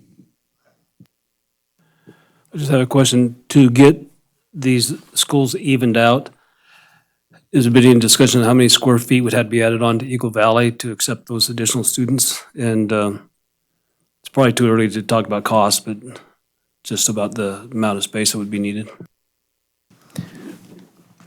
Mr. Barnard, the numbers that we have arrived at for 300 students, and if you build a classroom for approximately 30 students, we would need about 10 classrooms. And then I believe we'd also turn to the architects and make sure that we've covered the number of probably teacher office space or professional office space, along with other infrastructure, maybe a cafeteria instead of using the gymnasium up there. There's a variety of things that I think we'd have to look at. Of course, we'd also want to make sure that restroom facilities and all of those things were taken into account. As far as costs, I don't have a number for that yet. I figured that if this is ultimately approved by the board, we would then start that work. Then just another question, looking at the draft of zoning changes for Eagle Valley versus Carson Middle School. If Eagle Valley currently is at 89% capacity and Carson Middle's over, do we have numbers if we were to implement that sooner than 2022? Is there, how many additional students could Eagle Valley accommodate, say, next year to ease some of that burden that's on Carson Middle, if that was something? Do we have? I thought Lee said they were at capacity in his presentation. Oh, I was going off of this that said Yeah, he was saying he was 89%. full, right? I mean, I thought that's what I took away from that. So, Oh. sorry, AJ Feeling for the record. He has the potential to use some more space. So there's a couple computer labs that could be turned into regular classrooms.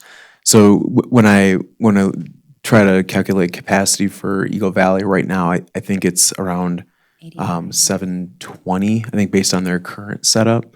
But it's just kind of, there's some rooms that are being used, but they could be used differently, which just kind of gets to the art of that whole thing. But yeah, that's about where they are.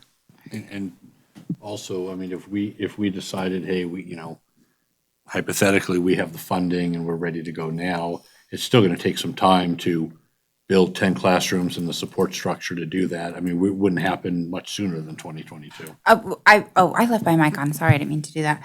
I just was wondering, because they're at 653 right now, but if they've got room for 720, that's 70 students, which if there's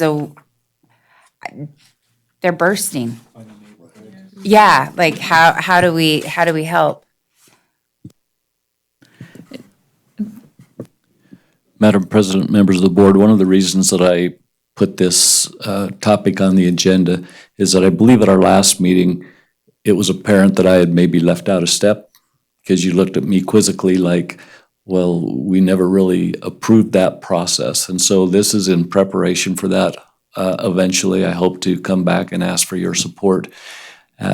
Certainly after we have an opportunity to talk with the staff, which we've done at Eagle Valley, chance to talk with our neighbors around the Eagle Valley campus, and then to also talk with our staff at Carson Middle, because they'll be affected as well.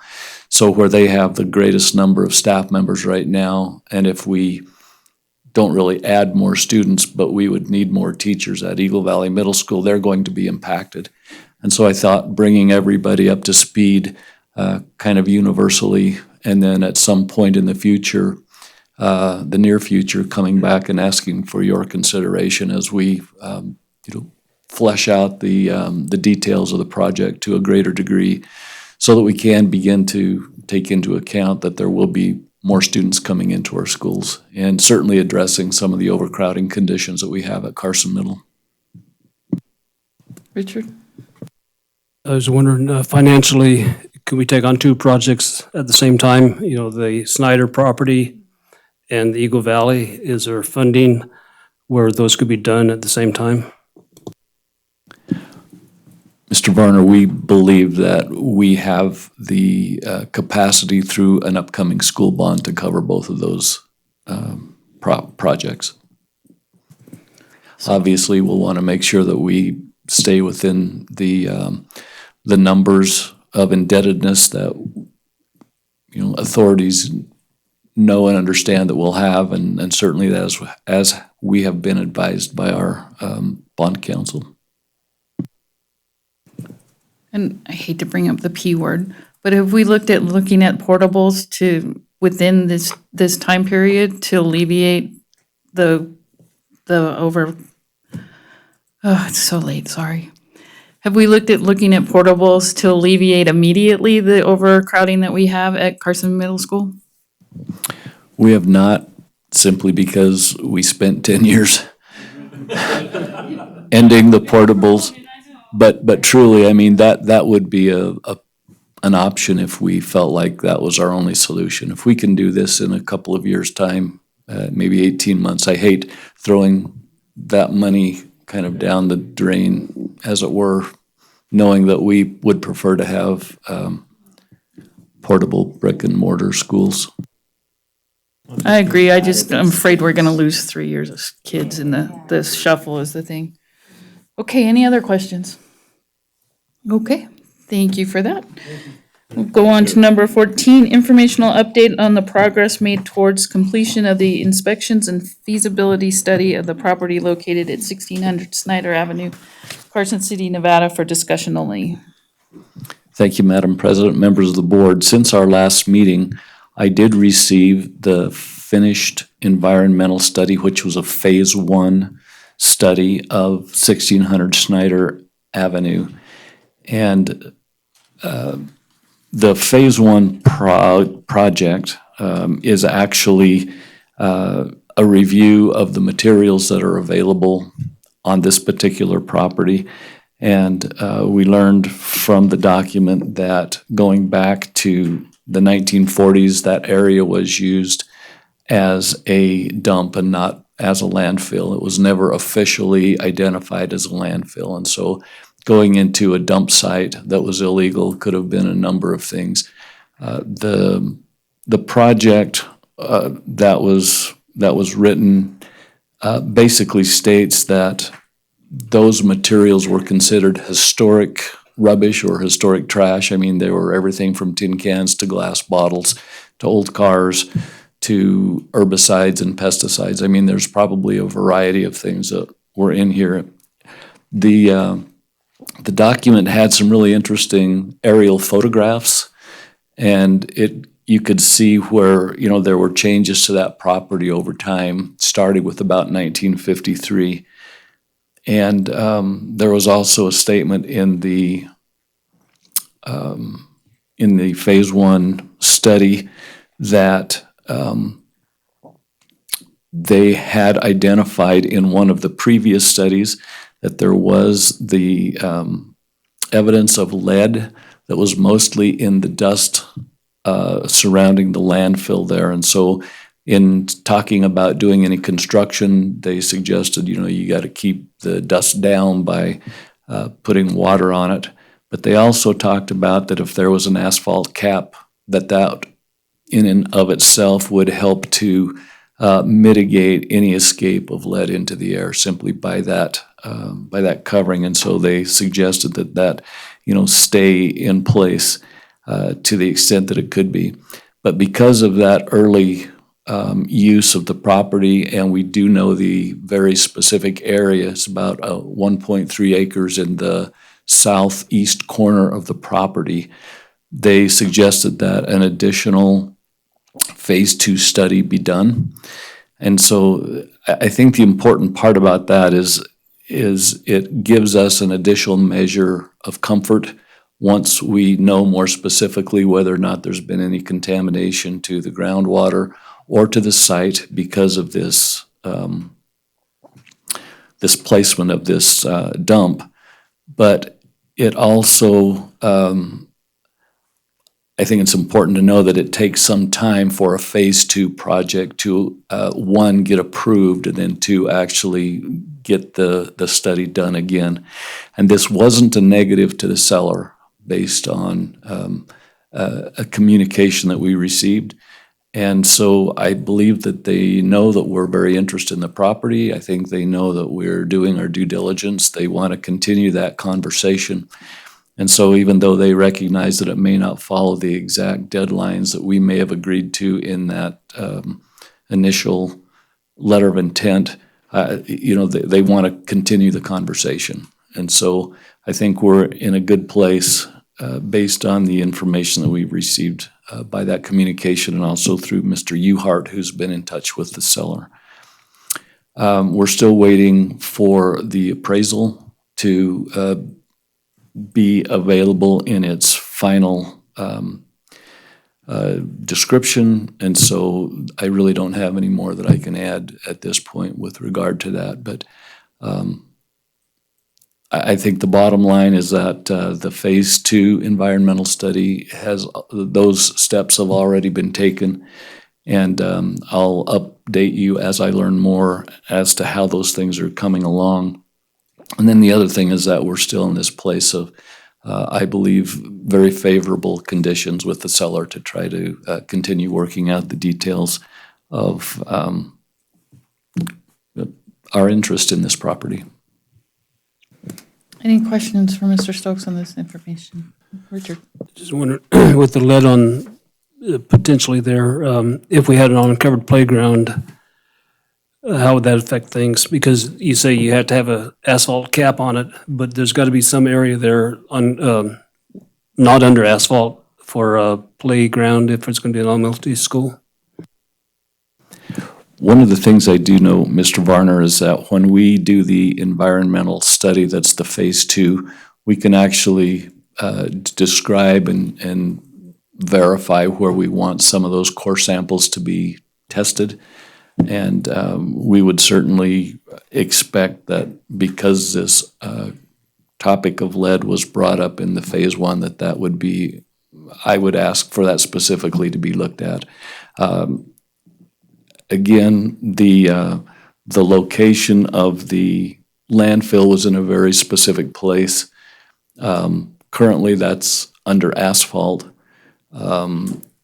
Anything else around maybe the northwestern part of the site, we could certainly ask to be studied and see how impacted that area might be with regard to the lead issue.